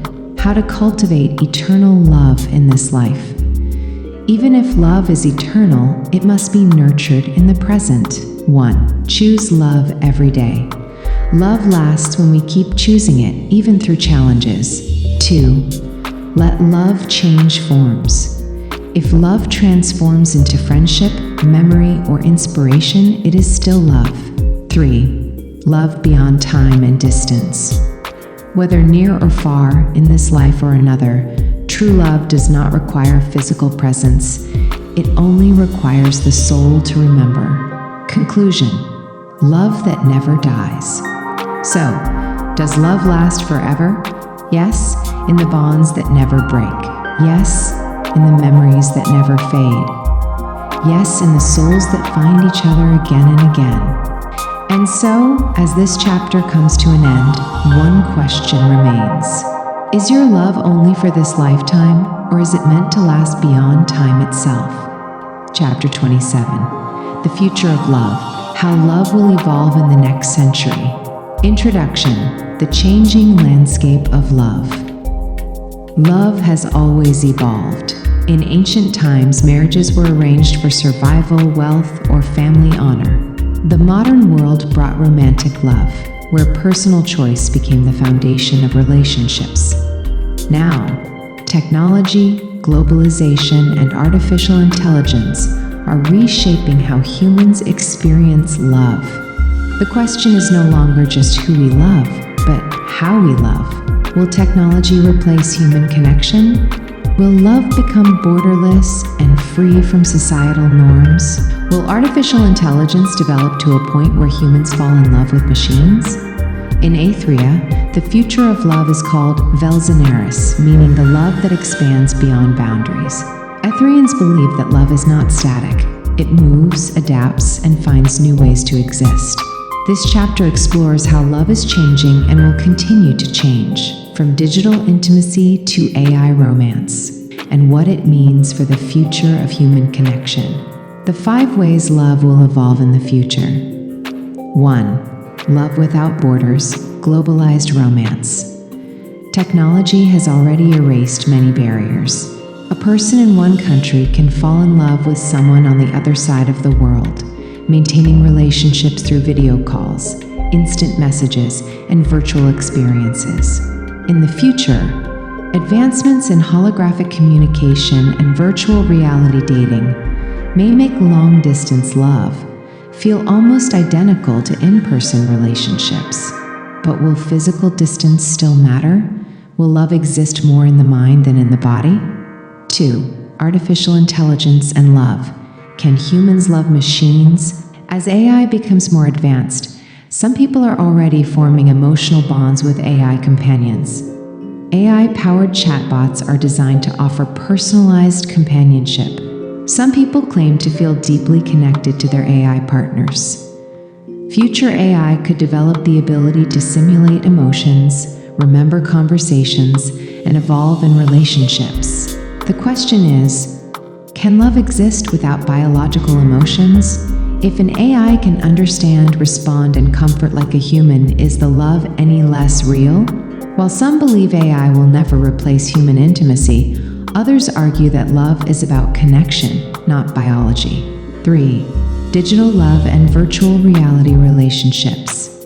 The rise of VR dating and digital intimacy suggests that love will continue shifting toward non-physical spaces. In the future, full sensory VR experiences may allow couples to go on virtual dates, touch, and even feel each other's presence without ever meeting in person. Some relationships may exist entirely in the digital world, with partners living in separate countries but experiencing life together in a shared virtual space. This raises philosophical questions. Does love require physical presence, or is emotional and mental connection enough? Will digital love create stronger emotional bonds or disconnect people from real-world intimacy? 4. Genetic and psychological compatibility matching. Dating apps already use algorithms to match people based on interests and personality, but in the future, love may be determined by biological and psychological data. Genetic matching could analyze compatibility on a DNA level, predicting which couples have the strongest emotional and chemical bonds. Neurotechnology could scan brain activity to match individuals based on deep psychological compatibility.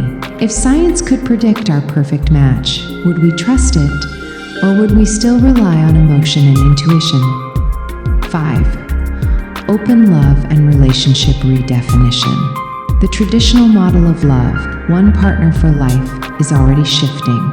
Many cultures now accept polyamory, relationship anarchy, companionate partnerships. As time progresses, love may no longer be confined to one structure. Future generations may define love based on connection rather than societal norms. Will the future be more open, more flexible, and free from traditional expectations?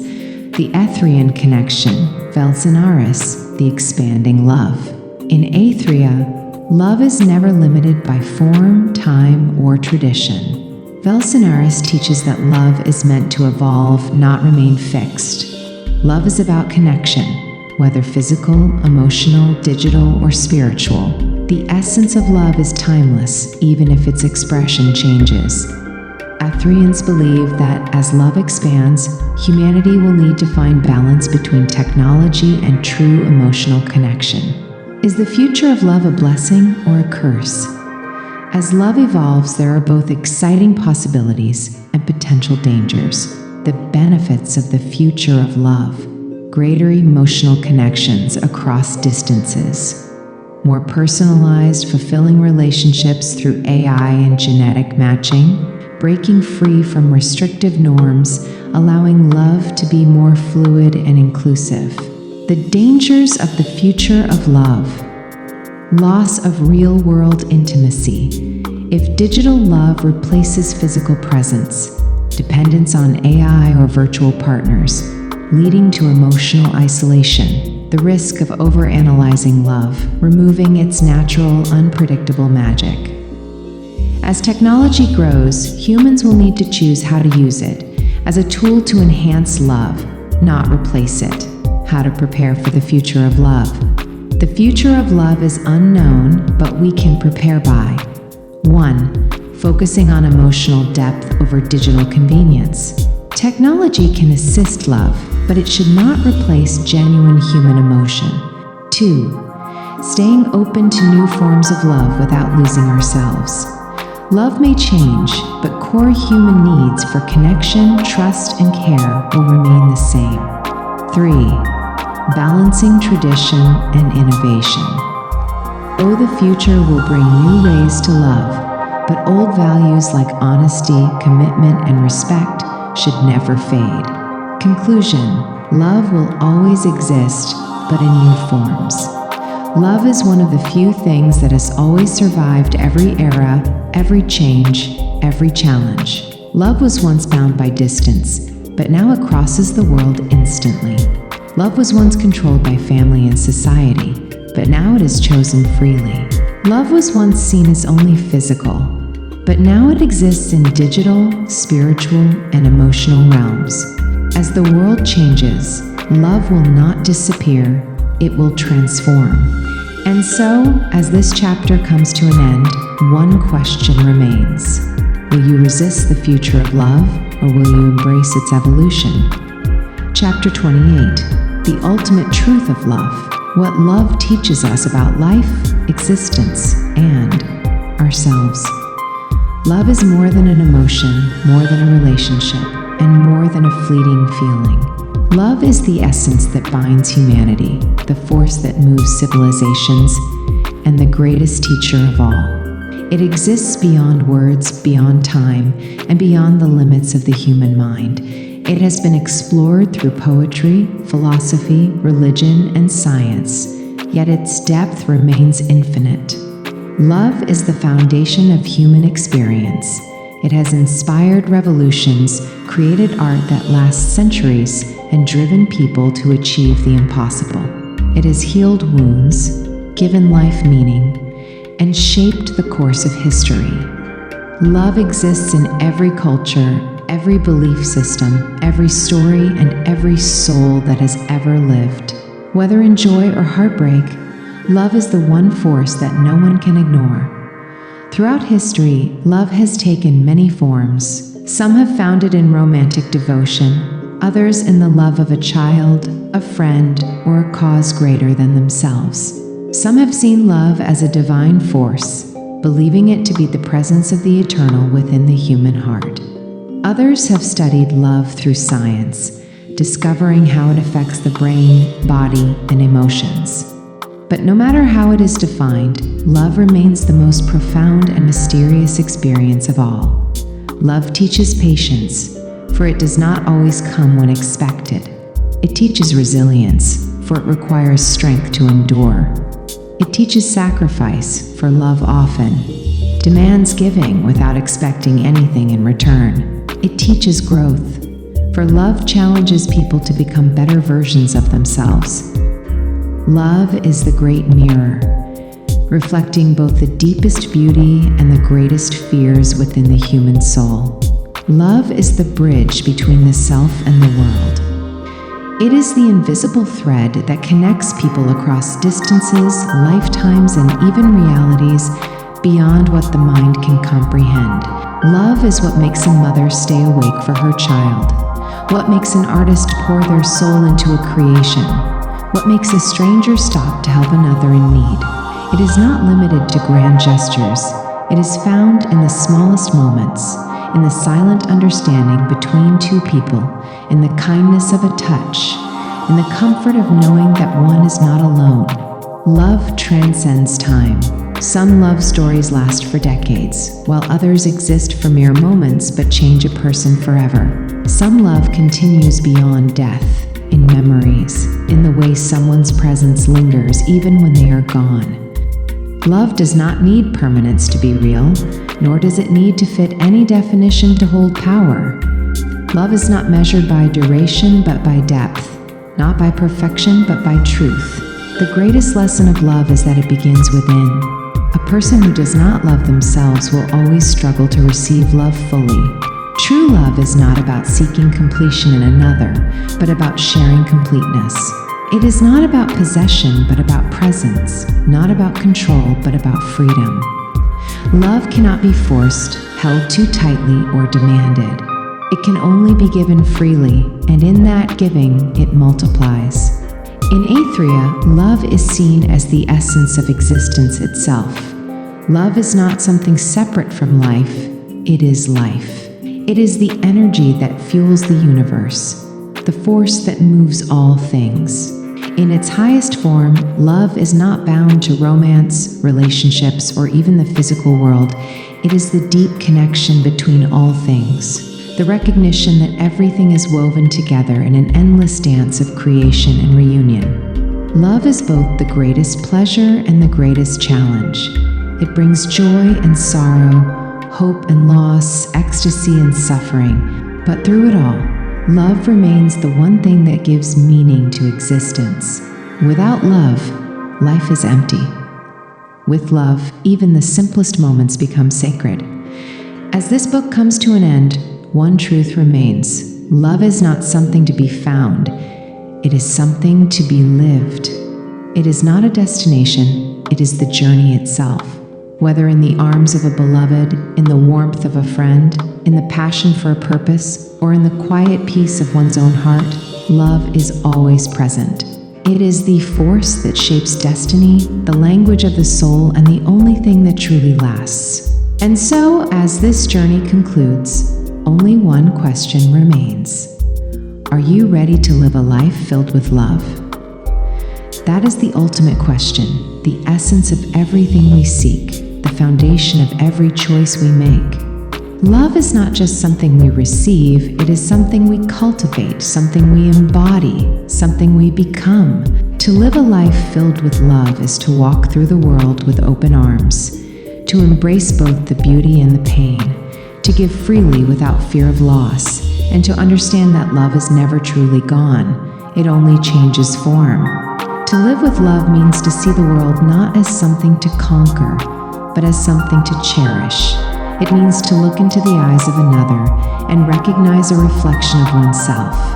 It means to accept imperfections, both in others and in oneself, knowing that love is not about perfection, but about presence. A life filled with love is not always easy. It requires courage to open the heart, patience to nurture connections, and wisdom to know when to hold on and when to let go. It demands the strength to forgive, the humility to apologize, and the vulnerability to trust. It is not something that happens by accident, but something we choose every day. So the question remains, not as an ending, but as a beginning. Are you ready to live a life filled with love?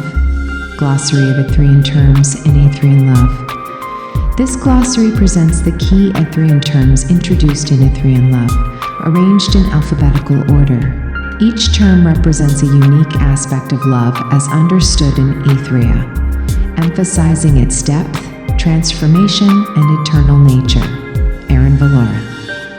A belief that love is influenced by celestial energy but is not bound by destiny. Aaron Valora suggests that while the stars and cosmic forces may offer guidance, love remains a conscious choice made by two individuals.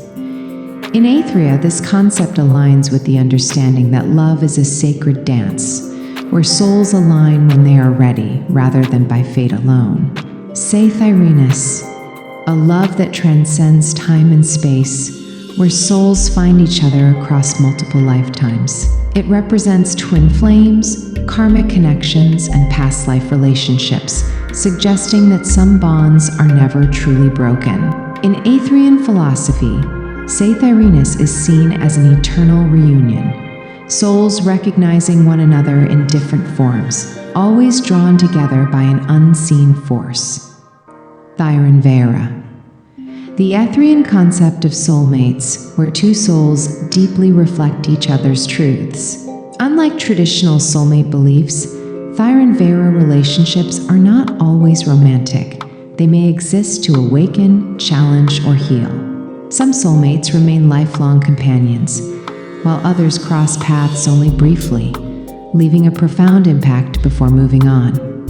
Velashira. the fundamental principle that self-love is the foundation of all other love. Aethrians believe that before one can truly love another, they must cultivate love within themselves. Velashira is about recognizing self-worth, setting boundaries, and nurturing inner peace so that love can be given and received freely without dependency or fear. Veleltherin, eternal love that surpasses time, death, and even physical presence. This form of love exists in different ways. Some love lasts a lifetime, some is remembered through legacy, and some returns in new lifetimes. Aethrians see Veleltherin as a reminder that love never truly disappears. It simply changes form, continuing in unseen ways. Velrania, a balanced form of love that involves giving, but not at the cost of one's identity. Love often requires sacrifice, but Velrania teaches that true love should uplift both individuals, rather than diminish one person for the sake of another. Aethrians believe that real love is not about losing oneself, but about growing together in harmony. Velshinari, the act of forgiveness in love, emphasizing that love cannot thrive when weighed down by resentment. Forgiveness does not mean forgetting or allowing harm, but rather freeing the heart from the past. In Aethria, Velshinari is considered essential for love's longevity, as it allows relationships to heal and grow, rather than remain trapped in pain. Velshinira, a love that connects people from different backgrounds, cultures, and belief systems. This form of love does not seek to erase differences, but to embrace them, allowing two people to grow and learn from one another. In Aethria, Velshinira is celebrated as a sacred union of perspectives, where love acts as a bridge between worlds rather than a force that demands conformity. Veltheralis, the healing power of love, which does not erase wounds but provides the emotional space for recovery. Veltheralis refers to both self-healing and the kind of love that nurtures, comforts, and brings peace. Aethrians see this as love's most transformative ability, the capacity to mend hearts, whether through deep relationships or through the simple act of being present for another. Veltherin, a love that endures through hardship, war, and suffering. In Aethrian philosophy, Veltherin is the ultimate test of love's strength, proving that true connection does not break under pressure. It is the love that stands firm despite distance, challenges, and obstacles, remaining a source of hope even in the darkest times. Velmira, a love that defies restrictions, societal norms, and expectations. It is the love that persists even when forbidden or impossible, refusing to conform to rules that seek to suppress it. In Aethria, Velmira is seen as the most courageous form of love, the kind that fights for its right to exist, no matter the consequences. Velzenaris, the evolution of love in the modern and future world. Love is not static, it moves with time, adapts to new realities, and finds new ways to express itself. Velzenaris represents the ever-changing nature of love, whether through technology, shifting societal norms, or new forms of connection. In Aethria, this term reminds people that love should never be limited by outdated ideas, but should continue to grow with the world. Zithera, a love that transcends physical presence, existing through emotional, digital, or spiritual connection. It represents long-distance love, online relationships, and deep emotional bonds formed beyond the physical world. Aethrians believe that love does not require proximity. It only requires the recognition of connection between two souls, regardless of distance. This glossary serves as a reflection of Aethria's philosophy, which teaches that love is not singular, but vast, evolving, and eternal. Love takes many forms, and its power lies in its ability to transform, heal, challenge, and endure. Whether in the past, present, or future, love remains the one force that binds all things together.